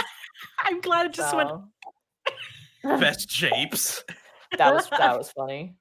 I'm also glad that the blindness and deafness worked. That was That It's like that was the one that I figured wouldn't have worked because they have a +2 to Constitution. I'm like, oh, okay, they have a +2 to Constitution. Like, this is more likely to succeed. But no, rolled a 6, and I was like, oh, fuck off, come on. So you guys weren't the only ones rolling low. I Yeah. seem to be affected too. Thanks, Die Hard Dice. So, Monty, quick question. So they're all on top of the altar, which is on top of Forky. all. Yeah, there will be a map. I will be drawing out a map. Right, but so- just real quick. The horde though is below all of that, right? yeah, the horde is like Oh. 30 feet around, so it's like a huge giant pile of stuff. Of weapons and such. Gold, weapons, jewelry, clothing, that sort of thing. Yeah. Oh man. All I could Yeah. think of is freaking, hey everyone, riot from freaking Avatar. Yeah. Next session's gonna be. Hey, I was so hyped. Zito, how you feeling, buddy? I gotta wait. I know. I gotta I gotta fucking rock. wait. I I can know. break these cuffs. I gotta wait. It's Yeah. so funny that I was having anxiety literally just listening to this. Yeah, welcome to the table. Welcome to D&D. Mm. This was probably one of the more tense episodes. Like Mhm. the problem was is like, like the oh. dragons are incredibly smart. Like they're not brutish. They know what they're doing. They're not perfect, but like they know what they're doing. God, need That's a a lot lot of people to thank. We gotta start wrapping up here. Do we have though. any? Do we have, Hey, any, we have any episode names before we start that? I want to know if we have any episode names because I can't think of. a I single saw one. someone say something in response to something else, but I loved it as an episode title name. I need to try and find the name here. Someone good Karajan said, "In the darkest hour." Ooh, That's strong. Ooh. that's really good. Actually, I really like that. That's Art- kind of. I love that kind of. Mhm. Our darkest hour. I think in the darkest hour is just stronger. In the darkest hour. I like that a lot. Yeah, I think it wasn't an episode title suggestion. It was just something for something else. But I heard that I'm like, ooh, that'd be a good title name. Mhm. We have a lot of people to thank here, but I think right now what we need to do is ask Shenpai where we can find her aside from a state of anxiety. Hi, I'm fine. You can find me on twitch.tv/Shenpai. On YouTube, you can find me at Araviro/Shenpai. And on Twitch, also at Araviro. I do art. I make stupid comments. and I play video games. I'm very big in Final Fantasy 14. I do stream that a lot, and I play Persona 5. I'm big on Persona stuff, so yeah, you can find me playing P5R for the next few days. But that's pretty much it. Alrighty. And hey, Zito, aside Yeah. from waiting until next Wednesday, what are you going to be doing? Find me over at twitch.tv/Zito. There, Jape Cart, or fucking, which is actually called Sonic Robo Blast, whatever the fuck racing. Jape Cart will commence. Marbles will happen. Any other video game I can seem to find, I will find and play. Indie games will happen, but more marbles, more racing. Awesome. Hey, Gaijin Goomba, where are they going to find you? Hey, you can find me at twitch.tv/Gaijin Goomba. I got a lot of things going on. First and foremost, to piggyback off of what Zito was saying, if you guys would like to play as my boy Little G, T the Hero, because he is the hero, has made not only my dumb little character, but many streamers' dumb little characters, including Vinny Vinesauce. You could check that. You could check that out in the link that I just posted, where all of the streamer people are in one big pack. It's all there. You could check it out. Otherwise, I've got a really big video that I'm working on, a new witch ninja involving Zuko from Avatar: The Last Airbender, because boy, people be talking about Avatar lately. So that's going to be coming up hopefully later this week, if not early next week. And speaking of next week, boy howdy, when Ghost of Tsushima arrives next Friday, I am going to be all over that, streaming it constantly. I'm hoping it's good. Aside from that, I stream every Tuesday, Saturday, and Sunday, 7 p.m. US Central Time. Big theme in high power Japanese fantasy, because that's what I love. So come on by and be sure to check out all my other work on YouTube. Alrighty. Hey, Bosco, where can they find you? They can find me at EdBoscoVA on both Instagram and Twitter, and then right here on twitch.tv/EdwardBosco. Cat. Turn a meow. Sorry. Cat. I thought that was on Bosco's end. I'm like, oh. Sorry. kitty. Hey, Connor, where can they Goblin. find? No.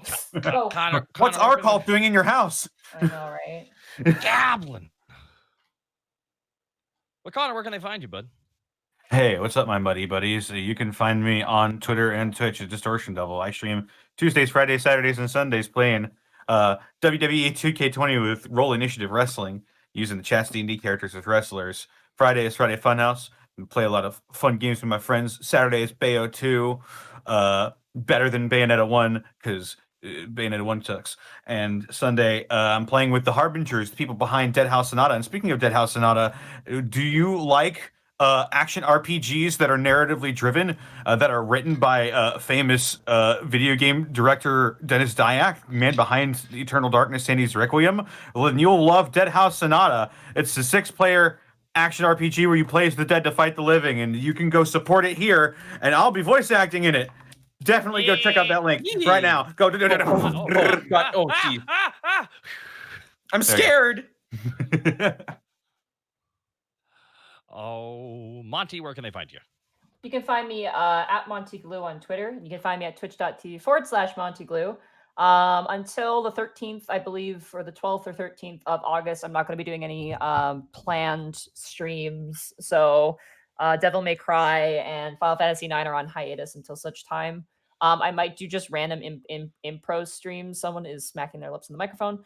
I might do some random improvised streams just without really any warning. So you might be able to catch those. They might be at really super weird hours, but if that's even a thing. Mostly you can find me on my Twitter, where I post jokes and memes and stuff. Alrighty, you can find me at twitch.tv/Takahata101 playing Sea of Thieves, man. We're all about that high tide life, all about thievery on the high seas. It's a lot of fun, very zen until it isn't, and then it's hell. Goomba can speak to that. Oh, you don't want me to speak anything about that game. Goomba only has fun when he plays with me. I only have fun when I play with 3 or more people because otherwise you're just prey. It's suffering. You're It's just suffering. prey. But pirates, though. But pirates, though. Exactly. Again, don't ask me to say words about that game. But yeah, there probably won't be any streams though for a couple of days because I'm going to be heading out to the family cabin. As Dad said, I can't take you with me, Goomba. I'm sorry. No, but take scenic pictures, please. It's so pretty. I mean, it's just trees, man. It's like a bunch of fucking trees. Dude, I miss. I used to live in the Ozarks. I miss trees. We don't get to go outside, man. Yeah. But yeah, no. Well, my parents were going to be going out there, but then they found out there's rain, so now they're not. So I'm going to go out there instead. Good. Oh yeah, because we're doing some renovations here too. Yeah, you're dealing with that as well.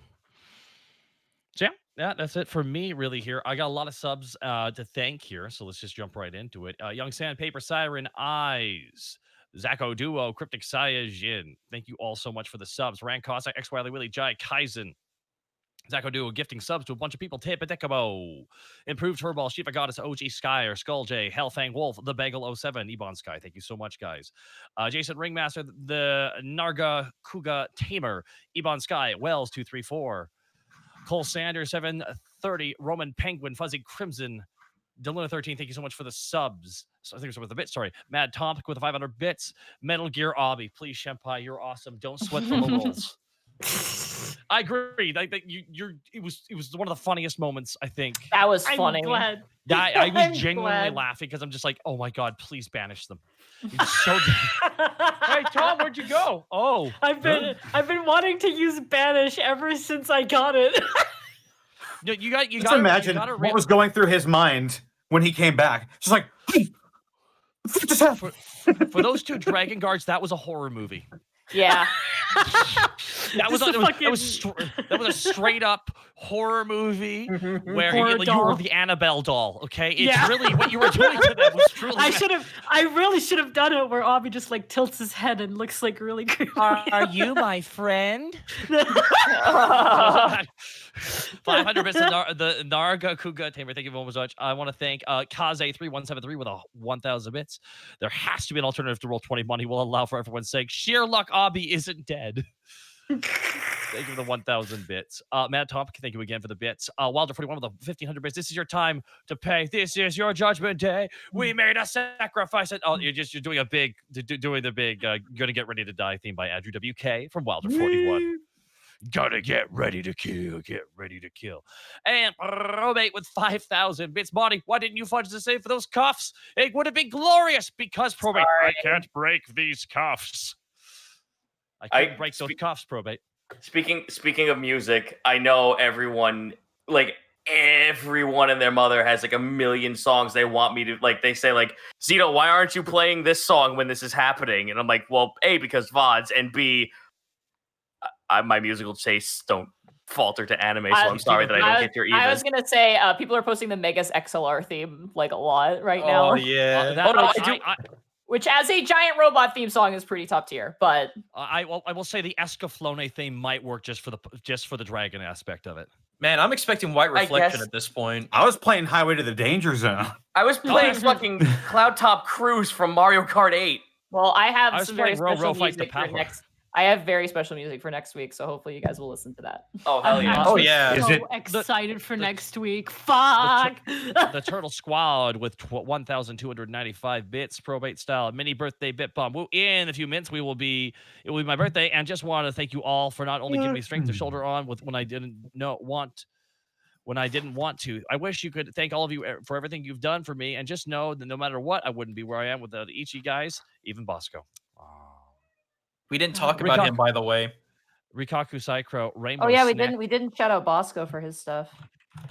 Yeah, we did. Yes, we didn't. Yeah, he did. He said it real quick. Oh, okay.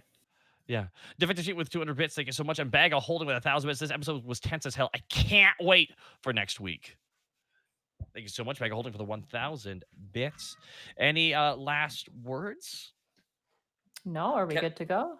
Can I start off with just firing the fucking laser beam at the blue dragon head? We will roll initiative next week. Son of a bitch! Come on! I'd like to give him initiative by breaking those cuffs. No. Wait, do you roll initiative, or does the mech dragon roll The mech initiative? dragon rolls initiative. Oh yeah. boy! Yeah. All right. I have a recommendation of who to raid because they're a good. We like them a lot. Who that is? That's Perception Studio, the puppet guys. Oh yeah! Yeah, they haven't been on for so long because of COVID, so they're back, and it'd be really nice to send them some support because those guys. Are Get very, very in nice. there! Get in there now! Let's go! It's For those of Muppets you playing guys- D&D. Yeah, for those of you guys who don't know, Perception Studio are a bunch of trained puppeteers who play D&D. We met them at TwitchCon, and they were they're very sweet. They're very, very nice, and they're absolutely people who love their craft and love what they do. So we're gonna raid them. Our raid message will be just baby dragons in all caps. Because that just seems to be the theme. Or just a varying version like Dargans, Dragons, Durgan. Durgans. Yeah, exactly. Perception. I just want to make sure I'm spelling perception correctly. Perception Studio. Hopefully I spelled that right. Perception Studio. All right. Get ready, guys. Take care. See you next week. Oh, why isn't it next week now? I'm sorry. Oh no! I'm sorry. I'm sorry. 131